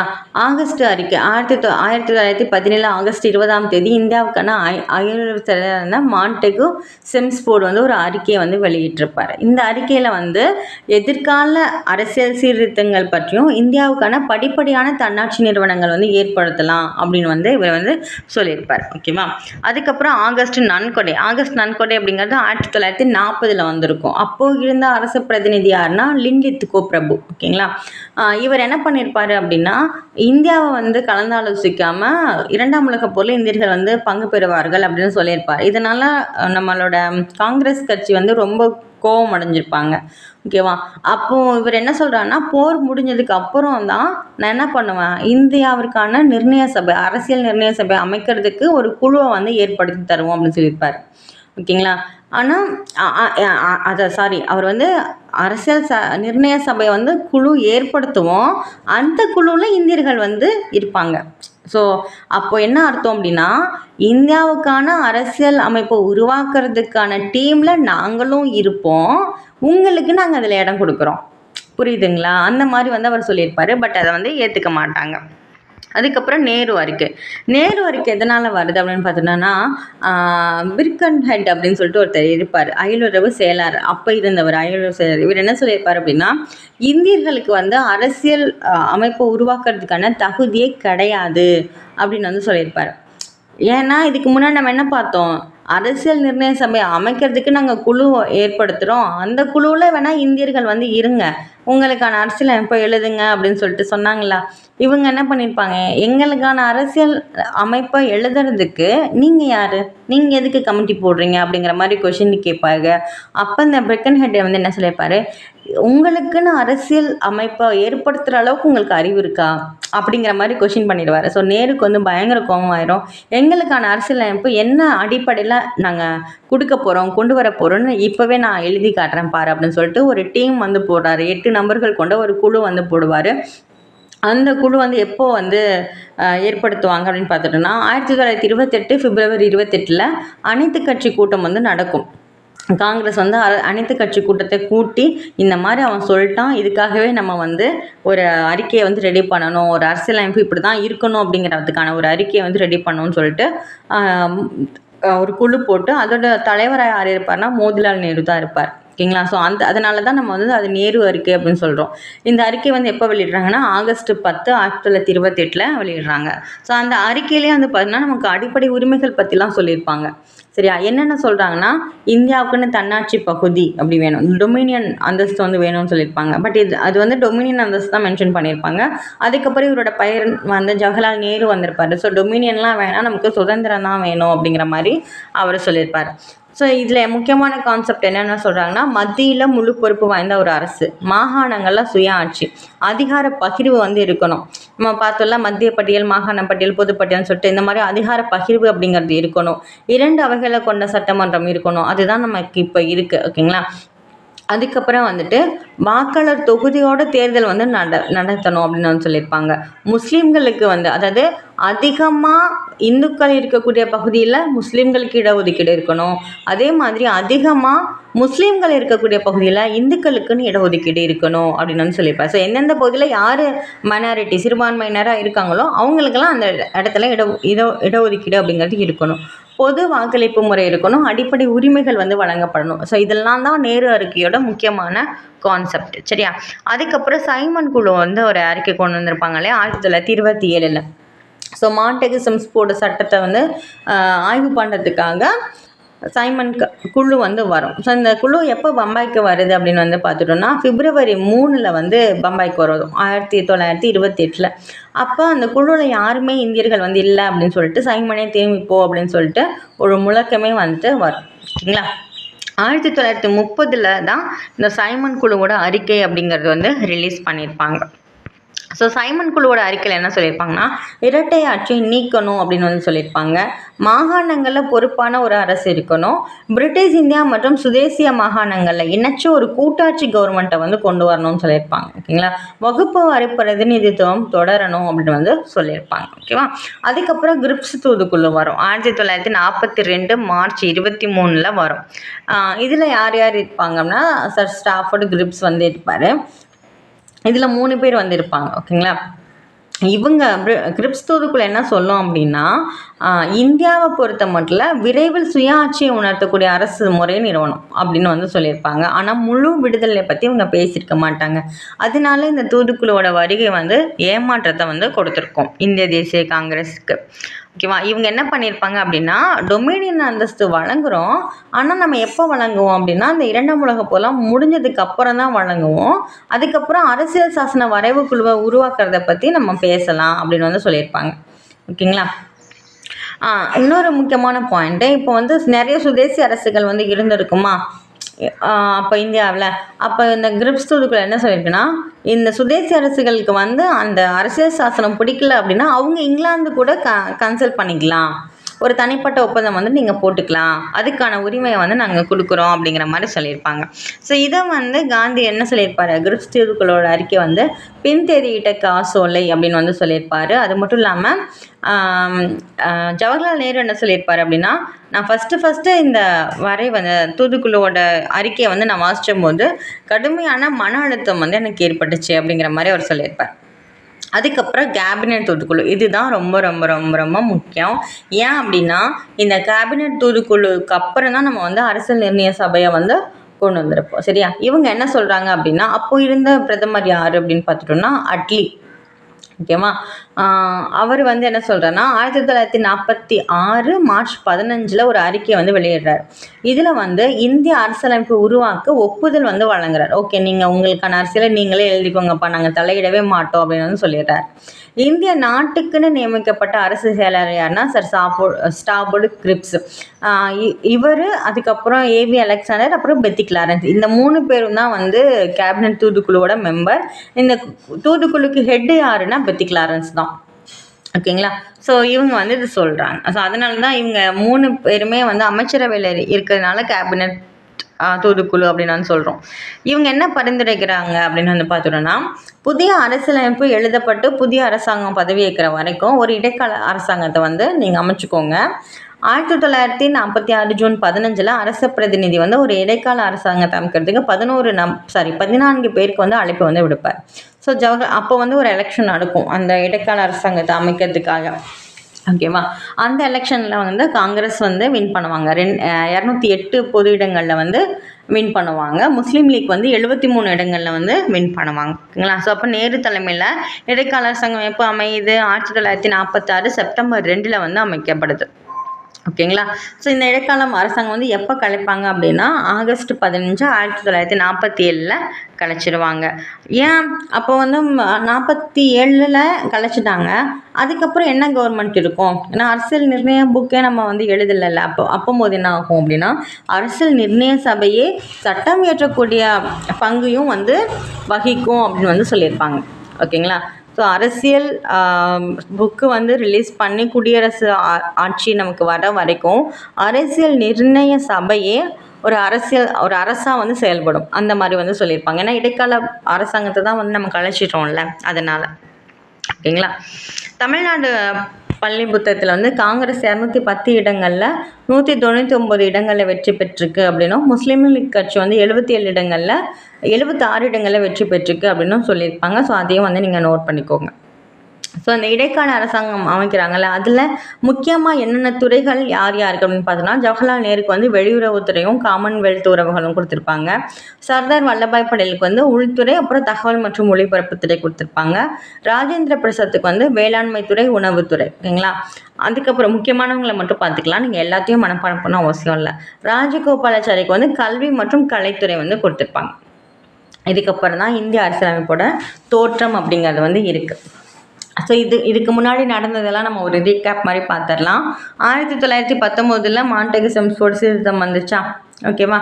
அதுக்கப்புறமா 1922 காந்தி வந்து என்ன சொல்லியிருப்பாங்கன்னா, கண்டிப்பாக இந்தியர்களுக்கு வந்து ஒரு தனி அரசியலமைப்பு சட்டத்தை வந்து இந்தியர்களே உருவாக்கணும் அப்படின்னு சொல்லிட்டு காந்தி தன்னோட கருத்தை வந்து தெரிவிச்சிருப்பார்.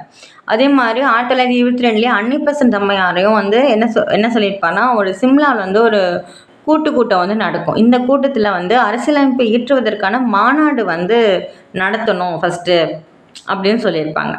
அதுக்கப்புறமா என்ன இருக்கும்னா, 1923 சர் தேஜ் பகதூர் சாப்ரு அப்படிங்கிறவர் தலைமையில் ஒரு மாநாடு நடக்கும். இந்திய காமன்வெல்த் மசோதாங்கிறத அப்போ வந்து உருவாக்கியிருப்பாங்க. சரியா. 1927 டிசம்பர் 28 சென்னையில் ஒரு இந்திய தேசிய காங்கிரஸோட மாநாடு நடக்கும். அதில் வந்து ஜவஹர்லால் நேரு வந்து சுயராஜ்ய அரசியலமைப்பு தீர்மானத்தை கொண்டு வந்திருப்பார். ஓகேங்களா. பூர்ண சுயராஜ் அப்படின்னு சொல்லிட்டு பேசியிருப்பாங்க. அதனால தான் என்ன ஆயிருக்குன்னா, 1930 ஜனவரி 26 வந்து தேசிய கொடியை வந்து ஏற்றி வச்சுருப்பாங்க ராவி நதிக்கரையில்.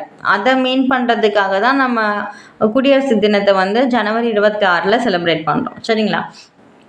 ஸோ அதுக்கப்புறம் மோதிலால் நேருவும் நேரு அறிக்கையை வந்து வெளியிட்டிருப்பார். எங்களுக்குன்னு அரசாங்கத்தை எங்களால் உருவாக்க முடியும் அப்படின்னு சொல்லிட்டு 1928 ஆகஸ்ட் 10 நேரு அறிக்கை வந்திருக்கும். அதுக்கப்புறமா கம்யூனிஸ்ட் கட்சியோட ஒரு முன்னோடியாக சொல்லப்படக்கூடிய எம்என் ராய் வந்து தீர்க்கமாக சொல்லியிருப்பார், கட்டாயம் அரசியல் நிர்ணய சபை எங்களுக்கு தேவை அப்படின்னு சொல்லிட்டு 1934 அவர் வந்து சொல்லியிருப்பார். ஓகேங்களா. 1935 இந்திய தேசிய காங்கிரஸ் கூட்டத்தில் வந்து என்ன சொல்லியிருப்பாங்க அப்படின்னா, மக்களால் தேர்ந்தெடுக்கப்பட்ட உறுப்பினர்களை கொண்டு தான் இந்த அரசியல் நிர்ணய சபை அமைக்கணும், ஓகேவா, அப்படிங்கிற மாதிரி சொல்லியிருப்பாங்க. 1936 லக்னோவில் நடக்கக்கூடிய இந்திய தேசிய காங்கிரஸ் மாநாட்டில் என்ன சொல்லியிருப்பாங்கன்னா, வயது வந்தோர் வாக்குரிமை அடிப்படையில், இதுக்கு முன்னாடி என்ன சொன்னாங்க, மக்களால் தேர்ந்தெடுக்கப்பட்ட உறுப்பினர்களை கொண்டு அமைக்கணும்னு சொல்லியிருப்பாங்க. இதில் என்ன சொல்லியிருப்பாங்கன்னா, வயது வந்தோர் வாக்குரிமை மூலமாக உறுப்பினர்கள் வந்து தேர்ந்தெடுக்கப்பட்ட அரசியல் நிர்ணய சபையை உருவாக்கணும் அப்படின்னு தீர்மானமே வந்து நிறைவேற்றிருப்பாங்க. ஃபஸ்ட்டு கோரிக்கை எழுந்திருக்கும், அதுக்கப்புறம் தீர்மானம் நிறைவேற்றுறாங்க. பட் எல்லாமே வந்து வாக்களித்து தேர்ந்தெடுக்கப்பட்ட உறுப்பினர்களாக இருந்தாங்க அப்படின்னு கேட்டால் கிடையாது. ஏன்னா சுதேசி அரசுகளும் இருந்தது. ஸோ அப்போ வந்து என்ன பண்ணியிருப்பாங்க அப்படின்னா, 10 லட்சம் பேருக்கு ஒரு பிரதிநிதி அப்படின்னு சொல்லிட்டு நியமனம் பண்ணியிருப்பாங்க. 1937 ஜவஹர்லால் நேரு தலைமையில் ஃபஸ்ட்டு ஒரு கிராமத்தில் இந்திய தேசிய காங்கிரஸோட கூட்டம் வந்து நடந்திருக்கும். அது என்ன கிராமம் அப்படின்னா பாசிப்பூர். ஓகேங்களா. இந்த பாசிப்பூர் காங்கிரஸ் மாநாட்டில் அரசியலமைப்பு சட்டம் உருவாக்க வேண்டிய முக்கியத்துவம் வந்து பேசுகிறாங்க. அதுக்கப்புறம் காந்தியடிகள் வந்து அவரோட பத்திரிக்கைன்னா ஹரிஜன் அப்படிங்கிற பத்திரிக்கையில் வந்து ஒரே வழி அப்படின்னு சொல்லிட்டு ஒரு கட்டுரை வந்து எழுதியிருப்பார். அந்த கட்டுரையில் இதை பற்றி, அதாவது அரசியல் நிர்ணய சபை அப்புறம் சுதந்திரம் பெறுதலை பற்றி ஒரு டீட்டெயில்டாக அவர் வந்து ஒரு கட்டுரை வந்து எழுதுகிறார். 1940 ஆகஸ்ட் 4 வந்து என்ன சொல்கிறாங்க, அரசியல் நிர்ணய சபை அமைக்கக்கூடிய கோரிக்கை வந்து ஏற்றுக்கொள்ளப்படுது. கிரிப்ஸ் தூதுக்குழுவோட பரிந்துரை மூலயமா அரசியல் நிர்ணய சபை மூலயமா அரசியலை உருவாக்கக்கூடிய பொறுப்பு வந்து இந்தியர்கள்கிட்டயே வந்து ஒப்படைக்கப்படுது. அரசியல் நிர்ணய சபை கடைசியாக உருவாக்கப்பட்டு அதுக்கான சின்னமாக எதை கொடுக்குறாங்கன்னா, யானை முத்திரை கொடுக்குறாங்க. ஸோ இந்திய அரசியல் நிர்ணய சபையோட முத்திரை வந்து என்ன அப்படின்னா யானை முத்திரை. ஓகேவா. ஸோ 10 லட்சம் மக்களுக்கு ஒரு பிரதிநிதி அப்படிங்கிற பேரில் பிரதிநிதிகளை வந்து தேர்ந்தெடுக்கிறாங்க. ஸோ மொத்தமாக, அதாவது பிரிக்கப்படாத இந்தியாவில் நான் சொல்கிறேன், பிரிக்கப்படாத இந்தியாவில் வந்து மொத்த அரசியல் நிர்ணய சபையோட உறுப்பினர்கள் வந்து 389 பேர். அதில் மாகாண பிரதிநிதிகள் 292, தேசிய உறுப்பினர்கள் வந்து சுதேசிய உறுப்பினர்கள் யாருன்னா 93 பேர், பலுசிஸ்தான் சார்பில் ஒருத்தர் வந்திருப்பார். அதுக்கப்புறமா டெல்லி, அஜ்மீர், கூர்க் பகுதிகளில் இருந்து 3 உறுப்பினர்கள் வந்து வந்திருப்பாங்க. ஸோ டோட்டலாக அரசியல் நிர்ணய சபை வந்து உருவாக்கும் போது எத்தனை உறுப்பினர்கள் இருந்தாங்கன்னா 389 உறுப்பினர்கள் வந்து இருந்திருப்பாங்க. இது வந்து குறைஞ்சிருக்கும். அது ஏன் அப்படின்னு வந்து நான் சொல்கிறேன், சரிங்களா? ஜூலை 26, 1947 பாகிஸ்தானுக்குன்னு ஒரு அரசியல் நிர்ணய சபை வந்து உருவாக்கினாங்க. ஸோ அப்போ என்ன பண்ணாங்க அப்படின்னா, ஸோ அதில் வந்து போயிடுவாங்களா முஸ்லீம் லீக் சார்ந்தவங்களாம் போயிடுவாங்களா. அப்போது வந்து இந்தியாவுக்கான அரசியல் நிர்ணய சபையில் எத்தனை பேர் இருக்காங்கன்னா 299 உறுப்பினர்களாக குறைஞ்சி போயிடுறாங்க. ஸோ இந்திய மாகாணத்திலேருந்து 229 பேர், சுதேசிய மாகாணத்திலேருந்து 70 பேர். ஓகேங்களா? அரசியல் நிர்ணய சபையில் இடம்பெறாத முக்கியமான தலைவர்கள்னா மகாத்மா காந்தியும் முகமது அலி ஜின்னாவும் தான். ஸோ ஃபஸ்ட்டு கூட்டம் எப்போ கூடுது? 1946 டிசம்பர் 9 அன்னைக்கு கூடுது. கூடி என்ன பண்ணுறாங்க, ஜஸ்ட்டு குழுமி இதுக்குன்னு ஒரு தலைவர் யாராவது போடலாம். ஸோ நம்ம கூட்டத்திலே வந்து யார் ரொம்ப மூத்த தலைவரோ அவங்கள வந்து போடலாம் அப்படின்னு சொல்லிட்டு யோசிக்கும் போது கிருபாலினி வந்து என்ன சொல்கிறாருன்னா, சச்சிதானந்த சின்ஹாவோட பேரை வந்து முன்மொழிகிறார். இவர் தான் வந்துட்டு ரொம்ப மூத்தவர். ஸோ இவரையே நம்ம வந்து தலைவராக ஏற்றுக்கலாம்னு சொல்லிட்டு சச்சிதானந்த சின்ஹாவை ஏற்றுக்கிறாங்க. ஆனால் இந்த கூட்டத்தை வந்து முஸ்லீம் லீக் வந்து நிராகரிக்குது. ஓகேங்களா? ஸோ தற்காலிக தலைவரை தேர்ந்தெடுக்கக்கூடிய முறை வந்து நமக்கு ஃப்ரான்ஸ் நாட்டிலேருந்து தான் நம்ம ஃபாலோ பண்ணுறோம். அடுத்து 2வது கூட்டத்தில் என்ன ஆகும் அப்படின்னா 1946 டிசம்பர் 11 2வது கூட்டம் நடக்குது. இதுக்கடையில் சச்சிதானந்த சின்ஹா வந்து இறந்து போயிருப்பார். ஓகேங்களா? அப்போ நிரந்தர தலைவராக வந்து ராஜேந்திர பிரசாத்தை தேர்ந்தெடுக்கிறாங்க. துணைத் தலைவராக வந்து HJ முகர்ஜியையும் VT கிருஷ்ணமாச்சாரியாரையும் தேர்ந்தெடுக்கிறாங்க. ஓகேங்களா? அரசியலமைப்பு முன்மாதிரி வரைவினை வரைஞ்ச BN Rao. So BN Rao தான் அரசியலமைப்போட முன்மாதிரி வரைவினை வரைஞ்சவர். சரியா? இவரை வந்து சட்ட ஆலோசகராக நியமனம் பண்ணுறாங்க. 3வது கூட்டம் எப்போ நடக்குதுன்னா டிசம்பர் 13 உங்களுக்கு என்ன ஞாபகம் வரணும்? குறிக்கோள் தீர்மானம் ஞாபகம் வரணும். அப்போ வந்து நேரு என்ன பண்ணுறாரு அப்படின்னா குறிக்கோள் தீர்மானத்தை கொடுக்குறாரு. ஸோ இந்த பார்டருக்குள்ளே, இந்த கட்டுப்பாட்டுகளுக்குள்ளே தான் நம்ம சட்டங்களை இயற்றணும். அதுக்கான சட்ட புத்தகங்களை எழுதுறதுக்கு ரெடி ஆகுங்க அப்படின்னு வந்து சொல்லிடுவார். ஸோ இதுதான் நம்மளோட பேசிக் கொள்கை அப்படிங்கிறது இதுதான் அப்படிங்கிற மாதிரி கொடுத்துருவார். இந்த நேருவோட குறிக்கோள் தீர்மானம் உடனே ஏற்றுக்கிட்டாங்களா அப்படின்னா கிடையாது. எப்போ ஏற்றுக்கிட்டாங்க அப்படின்னா அதுலேயும் சில திருத்தங்கள்லாம் பண்ணிவிட்டு 1947 ஜனவரி 22 தான் வந்து இந்த நிர்ணய சபையால் இந்த குறிக்கோள் தீர்மானம்ங்கிறது ஏற்றுக்கொள்ளப்பட்டது. அதுக்கப்புறம் இப்போ அதை நம்ம பிரியாமலாக மாற்றிருப்போம். இந்த குறிக்கோள் தீர்மானம் தான் முகவரியாக வந்து மாற்றப்பட்டிருக்கும். கிட்டத்தட்ட அரசியல் அமைப்பை எழுதுறதுக்கு எத்தனை நாள் ஆச்சு அப்படின்னா 2 வருஷம் 11 மாதம் 18 நாட்கள் வந்து ஆயிருக்கும். ஓகேவா? இதில் வந்து 166 நாளில் 11 அமர்வுகள் 11 டைம்ஸ் வந்து எல்லோரும் சேர்ந்து உக்காந்து டிஸ்கஸ் பண்ணியிருப்பாங்க. 114 விவாதம் வந்து நடத்தப்பட்டிருக்கும். ஸோ அந்த 11 அமர்வுகள் என்ன அப்படின்னு சொல்லிட்டு கொடுத்துருக்காங்க. இந்த PDF வந்து நான் குரூப்பில் வந்து ஷேர் பண்ணுறேன். சரிங்களா? நீங்கள் எடுத்து பார்த்து படிச்சுக்கோங்க. இந்த அரசியல் நிர்ணய சபையில் 15 பெண் உறுப்பினர்களும் இருந்தாங்க. ஸோ இந்தியாங்கிறது எவ்வளோ பெரிய நாடு. அந்த நாட்டுக்கான அடிப்படை கட்டமைப்பு வழங்கக்கூடிய ஒரு முக்கியமான புத்தகம். அந்த புத்தகம் எழுதுறதுக்கு பெண்களுக்கும் இடம் கொடுத்துருக்காங்க அப்படிங்கிறது ரொம்ப ரொம்ப பெருமையான ஒரு விஷயம். அதில் முக்கியமானவங்க யாருன்னா அம்மு சுவாமிநாதன், விஜயலட்சுமி பண்டிட் இருந்திருப்பாங்க, சரோஜினி நாயுடு இருந்திருப்பாங்க, அன்னி மஸ்கிரினே இருந்திருப்பாங்க, துர்காபாய் தேஷ்முக், சுச்சிதா கிருபாலினி, தாக்ஷாயினி வேலாயுதன், இவங்கெல்லாம் வந்து ரொம்ப ரொம்ப முக்கியமானவங்க. ஓகேவா? ஸோ இந்த அரசியல் நிர்ணய சபை இருக்கு இல்லையா, இதுலேயே வந்து குட்டி குட்டி டீமாக வந்து பிரிஞ்சு ஒர்க் பண்ணுவாங்க. டீம் ஒர்க் அப்படின்னு சொல்லுவோம் இல்லையா, அந்த மாதிரி குட்டி குட்டி டீமாக பிரிஞ்சு ஒர்க் பண்ணியிருப்பாங்க. ஸோ இதில் வந்து 23 குழுக்கள் மொத்தம் இருந்திருக்கும்.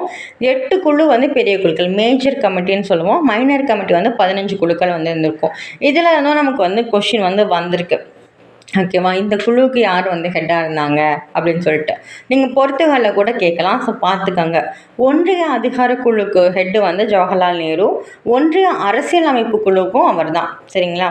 மாகாண அரசியலமைப்பு குழு வந்து சர்தார் வல்லபாய் படேல், வரைவு குழு டிராஃப்டிங் கமிட்டி நமக்கு தெரியும் அம்பேத்கர் அப்படின்னு சொல்லிட்டு, செயல்முறை குழுவோட விதிக்குழு அப்படின்னா ராஜேந்திர பிரசாத், மாநில குழுக்கள் சரியா, மாநில குழுக்கள் வந்து ஜவஹர்லால் நேரு, இயக்கக்குழு வந்து ராஜேந்திர பிரசாத். அதுக்கப்புறம் ஆலோசனை குழுன்னு ஒரு குழு இருந்தது சர்தார் வல்லபாய் பட்டேல் தலைமையில்.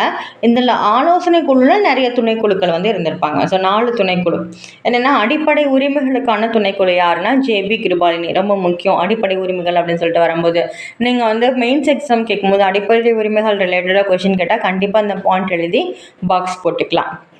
அப்புறம் சிறுபான்மையினருக்கான குழு ஹெச்ஜி முகர்ஜி வந்து தலைவராக வந்து இருந்திருப்பார். சிறிய குழுக்கள் அப்படின்னு சொல்லிட்டு பார்த்துட்டோம்னா இதுதான் அரசியல் நிர்ணய சபையோட செயற்குழு ஜிபி மாவளங்கர் வந்து தலைவராக இருந்திருப்பார். அதுக்கப்புறம் முக்கியமானது மட்டும் நான் சொல்கிறேன், மீதியை வந்து பிடிஎஃப் நான் உங்களுக்கு குரூப்பில் ஷேர் பண்ணுறேன், படிச்சிடுங்க சரியா. தேசிய கொடிக்கான குழு வந்து ஜேபி கிருபாலினியும் ராஜேந்திர பிரசாத்தும் இருந்திருப்பாங்க. ஓகேங்களா. வரையறையின் சிறப்பு ஆய்வுக்குழுக்கு வந்து ஜவஹர்லால் நேரு தலைவராக வந்து இருந்திருப்பார். நிதி மற்றும் ஊழியர்கள் குழு வந்து ராஜேந்திர பிரசாத் வந்து தலைவராக இருந்திருப்பார். மொழியியல் மாகாணங்களுக்கான குழு எஸ்கே தார் வந்து இருந்திருப்பார். ஓகேங்களா. உச்ச நீதிமன்றத்திற்கான தற்காலிக குழுக்கான தலைவராக வந்து வரதாச்சாரியார் வந்து இருந்திருப்பார். அதுக்கப்புறம் வரைவுக்குழு நமக்கு தெரியும். வரைவுக்குழு வந்து எப்போ ஏற்படுத்தப்பட்டுச்சு அப்படின்னா அம்பேத்கரோட தலைமையில் ஆகஸ்ட் 29, 1947. இந்த மந்த்து டேட் எல்லாமே இப்போ எக்ஸாமில் கேட்குறாங்க. ஸோ அதையும் நீங்கள் ஞாபகம் வச்சுக்கோங்க. ஆகஸ்ட் 29, 1947. ஸோ இந்த தலைவர் உட்பட 7 உறுப்பினர்கள் வந்து இருந்தாங்க. ஸோ அம்பேத்கர், கோபாலசாமி ஐயங்கார், அல்லாடி கிருஷ்ணசாமி ஐயர், KM முன்ஷி, சையது முகமது சாதுல்லா, அப்புறம் மாதவராவ் வந்து இறந்து போயிட்டதுனால உடல்நிலை சரியில்லாமல் விலகிடுவார். அதுக்கப்புறம் இறந்தும் போயிடுவார். ஸோ அவருக்கு பதிலாக BL மிட்டர் அப்படிங்கிறவர் இறந்து உடல்நிலை சரியில்லாமல் போயிருந்தனால மாதவராவ் வந்து போடுவாங்க. அதுக்கப்புறம் DP கைதான் வந்து இறந்து போயிட்டதுனால DD கிருஷ்ணமாச்சாரியாரை வந்து போடுவாங்க. சரிங்களா. மொத்தம் 7 பேர் ஞாபகம் வச்சுக்கோங்க. ஸோ இப்போது அரசியல் நிர்ணய சபை அப்படிங்கிறத வந்து உருவாக்கியாச்சு இல்லையா. உருவாக்கி சட்ட புத்தகம் எழுதுறதுக்கான குழுவையும் வந்து போட்டு மெம்பர்ஸையும் வந்து போட்டாச்சு. ஸோ இந்த வரைவு குழு வந்து 141 நாட்கள் வந்து இந்திய அரசியலமைப்பை வரைவு செய்ய எடுத்துக்கொண்டது. ஸோ எவ்வளோ நாள் எடுத்துக்கிட்டாங்க? 141 நாட்கள் வந்து எடுத்துக்கிட்டாங்க. 1948 நவம்பர் 9 வரை அரசியல் சட்டத்தினை விவாதித்து தனது முதல் வாசிப்பினை நடத்துது. ஸோ இந்த அரசியல் புத்தகம் மேலே முதல் வாசிப்பு எப்போ நடத்தப்பட்டதுன்னா நவம்பர் 9, 1948. நல்லா ஞாபகம் வச்சுக்கோங்க. ஓகேங்களா. அதுக்கப்புறம் 1949 நவம்பர் 26 அரசியல் நிர்ணய சபையோட ஒப்புதல் வந்து பெறப்பட்டது.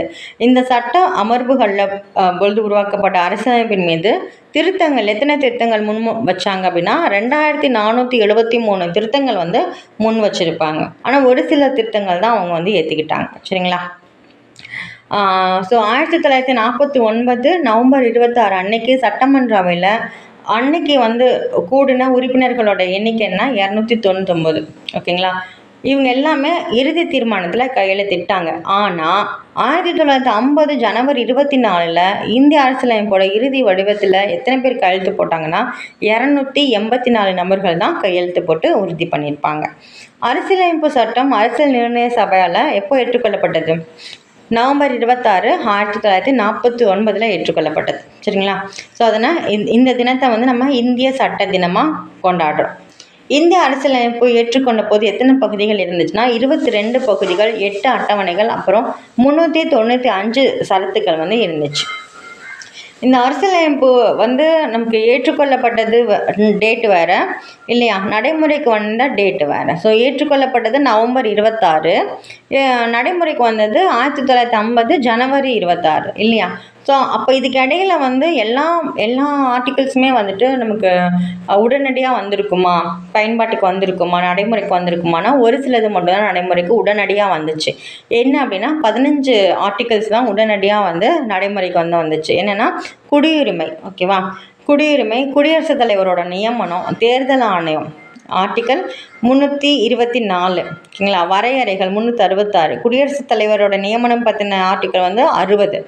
அது மாதிரி பிரச்சனைகளுக்கு தீர்வு காணும் குடியரசுத் தலைவரின் அதிகாரம் 392. இது எல்லாமே வந்து உடனடியாக வந்து நடைமுறைக்கு வந்திருக்கும். ஓகேங்களா. ஸோ இப்போ எவ்வளோ பகுதி இருக்குது அப்படின்னா 25 பகுதி 12 அட்டவணை வந்து இருக்குது. 460க்கும் மேலான சரத்துக்கள் வந்து இப்போ இருக்க அரசியலமைப்பில் வந்து இருக்குது. ஓகேங்களா. 1929 டிசம்பரில் ஜவஹர்லால் நேருவோட தலைமையில் லாகூரில் நடைபெற்ற காங்கிரஸ் தீர்மானத்தில் என்ன பண்ணியிருப்பாங்கன்னா பூர்ண சுயராஜ் வந்து சொல்லியிருப்பாங்க இல்லையா. ஸோ அதோட நினைவாக தான் நம்ம ஜனவரி 26 நம்ம குடியரசு தினம் வந்து கொண்டாடுறோம். சரியா. ஸோ இதெல்லாம் வந்து ரொம்ப ரொம்ப ரொம்ப முக்கியமானது. ஓகேங்களா. ஸோ டாக்டர் அம்பேத்கரோட சிறப்புகள் என்ன? தாழ்த்தப்பட்ட வகுப்பினருக்கான மிகச்சிறந்த தலைவர்னு நம்ம சொல்கிறோம். இந்திய அரசியலமைப்பின் தந்தை, இந்திய அரசியலமைப்பின் சிற்பி, இந்திய அரசியலமைப்பின் முதன்மை வடிவமைப்பாளர் அப்படின்னு சொல்கிறோம். நவீன மனு அப்படின்னு சொல்கிறோம். இந்திய அரசியலமைப்புக்கு யூனியன் அப்படிங்கிற வார்த்தையை வந்து வழங்கியவர் வந்து இவர் தான். சரியா. அதாவது ஒன்றியம் அப்படிங்கிற வார்த்தையை வந்து கொண்டு வந்தவர் வந்து இவர் தான் அப்படின்னு வந்து சொல்லலாம். அரசுக்கு வழிகாட்டும் நெறிமுறை கோட்பாடுகள் பகுதி 4 வந்து அரசியலமைப்பின் சிறப்பான பகுதி அப்படின்னு சொல்லிட்டு மென்ஷன் பண்ணியிருக்கார். ஸோ எப்பப்போ எது ஏற்றுக்கொள்ளப்பட்டதுன்னு பார்க்கலாம். தேசிய கொடி வந்து ஜூலை 22, 1947. தேசிய கீதம் வந்து ஜனவரி 24, 1950. அதே மாதிரி தேசிய பாடலும் ஜனவரி 24, 1950 ஏற்றிருப்பாங்க.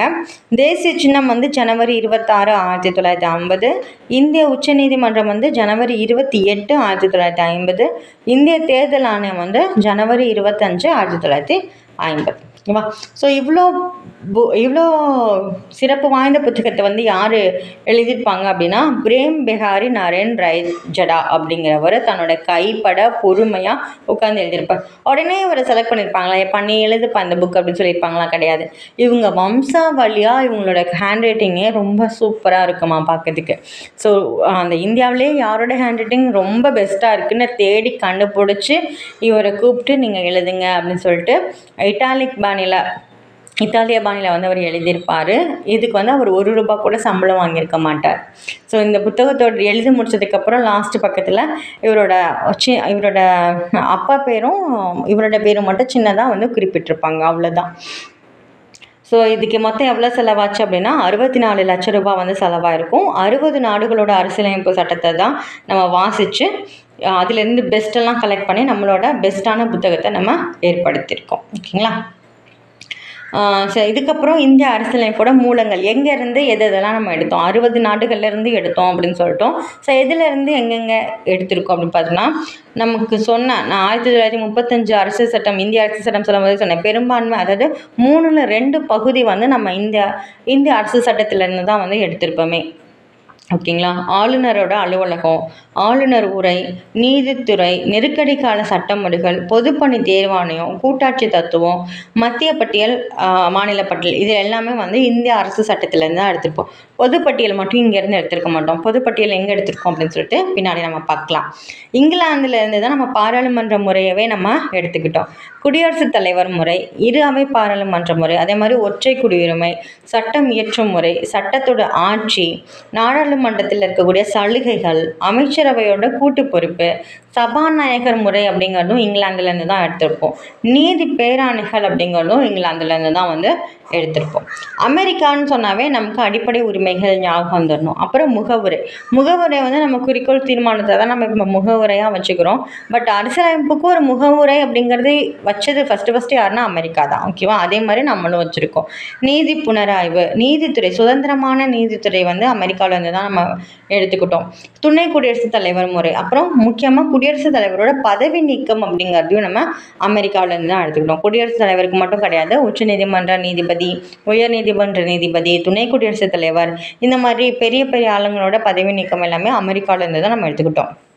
அடுத்து அயர்லாந்துன்னு பார்த்துட்டோன்னா அரசுக்கு வழிகாட்டும் நெறிமுறை கோட்பாடுகள், குடியரசுத் தலைவரோட தேர்தல் முறை, ராஜ்யசபா நியமன உறுப்பினர்களை பற்றி இதெல்லாமே வந்து நம்ம அயர்லாந்துலேருந்து எடுத்துக்கிட்டது.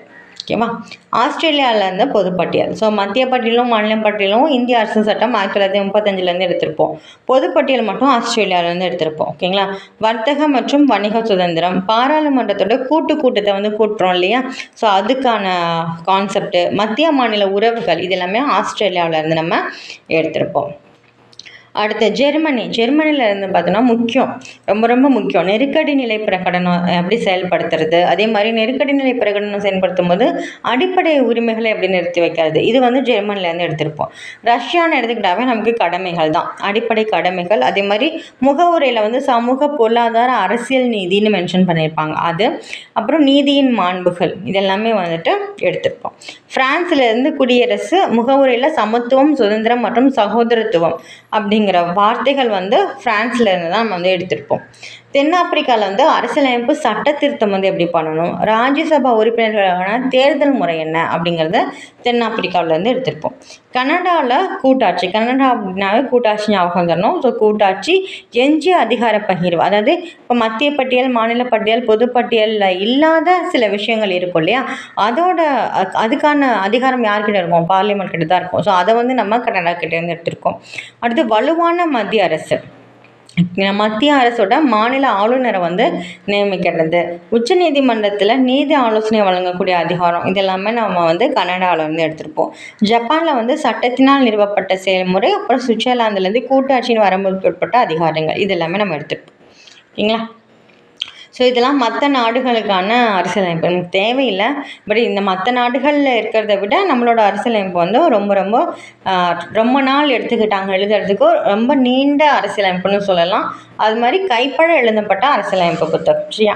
50 வருஷத்துக்கு அப்புறமா இந்த அரசியலமைப்போட செயல்பாடுகளை பற்றி ஆராயறதுக்கு ஒரு கமிட்டி வந்து உருவாக்கலாம் அப்படின்னு சொல்லிட்டு அரசியல் நிர்ணய சபையிலேயே வந்து பேசியிருப்பாங்க. அது மூலயமா ஏற்படுத்தப்பட்ட ஒரு கமிட்டி தான் 2000 எம்என் வெங்கடாச்சலையா என்பவரோட தலைமையில் அமைக்கப்பட்ட ஒரு கமிட்டி. சரியா? எம்என் வெங்கடாச்சலையா குழு வந்து எதுக்காக அப்படின்னா இந்த அரசியலமைப்போட செயல்பாடுகளை வந்து ஆராய்ச்சி பண்ணுறதுக்காக. ஓகேவா? ஸோ இதோட 3 பிரதிகள் வந்து இருக்கும் நம்மளோட அரசியலமைப்பு புத்தகத்தில். 2 பிரதி வந்து ஆங்கில வடிவம், 1 வந்து ஹிந்தி வடிவம். சரியா? இதோட 2 காப்பி ஹிந்தி, ஆங்கிலம், இது ரெண்டுமே வந்து பாராளுமன்றத்தில் இருக்கக்கூடிய லைப்ரரியில் ஹீலியம் வாயு அடைக்கப்பட்ட ஒரு பேழையில் வந்து வச்சுட்ருக்கு. ஏன்னா அது எழுதுனது வந்து நார்மல் பேப்பரில் எழுதியிருக்க மாட்டாங்க, ஒரு தோல் மாதிரி இருக்கும் இல்லையா, ஸோ அந்த ஒரு நல்ல திக்கான தோல் மாதிரி இருக்கும், அதில் தான் வந்து எழுதியிருப்பாங்க. ஸோ அந்த பேப்பர் வந்து ஒரு கிட்டத்தட்ட ஒரு 1000 வருஷம் அதோட லைஃப் டைம். ஓகேங்களா? அது வரைக்கும் டேமேஜே ஆகாது. எவ்வளோ முக்கியமான புத்தகம் இது இல்லையா? இந்த இந்தியாவில் பிறக்கிற ஒவ்வொரு குடிமகனும் ஒபே பண்ணக்கூடிய ஒரு புத்தகம். ஸோ அந்த புத்தகத்தில் கண்டிப்பாக நம்மளாம் ஃபாலோ பண்ணி தான் ஆகணும். ஸோ அப்படிப்பட்ட ஒரு புத்தகம் வந்து சாதாரண பேப்பரில் எழுத முடியுமா? முடியாதுல்ல. ஸோ 1000 வருஷம் வரைக்கும் டேமேஜ் ஆகாத ஒரு பதப்படுத்தப்பட்ட தோளால் செய்யப்பட்ட ஒரு காகிதத்தில் எழுதியிருக்காங்க. அதுவும் அழகாக இத்தாலிக் பாணியில் வந்து எழுதி பாதுகாப்பாக அது இன்னும் டேமேஜ் ஆகாமல் இருக்கணுங்கிறதுக்காக ஹீலியம் வாயுலாம் அடைச்சி பாதுகாப்பாக வந்து வச்சுருக்காங்க. ஓகேங்களா?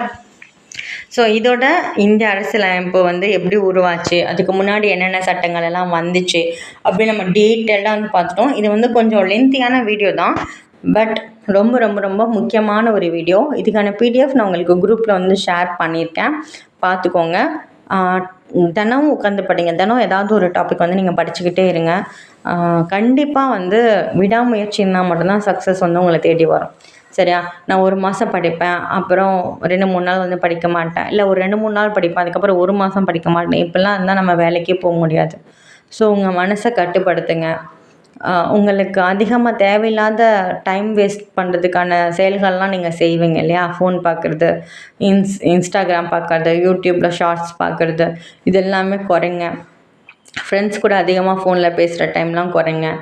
ஸோ எப்படியெல்லாம் உங்களால் டைம் சேவ் பண்ண முடியுமோ அந்த டைம் எல்லாத்தையும் படிக்கிறதுக்கு போடுங்க.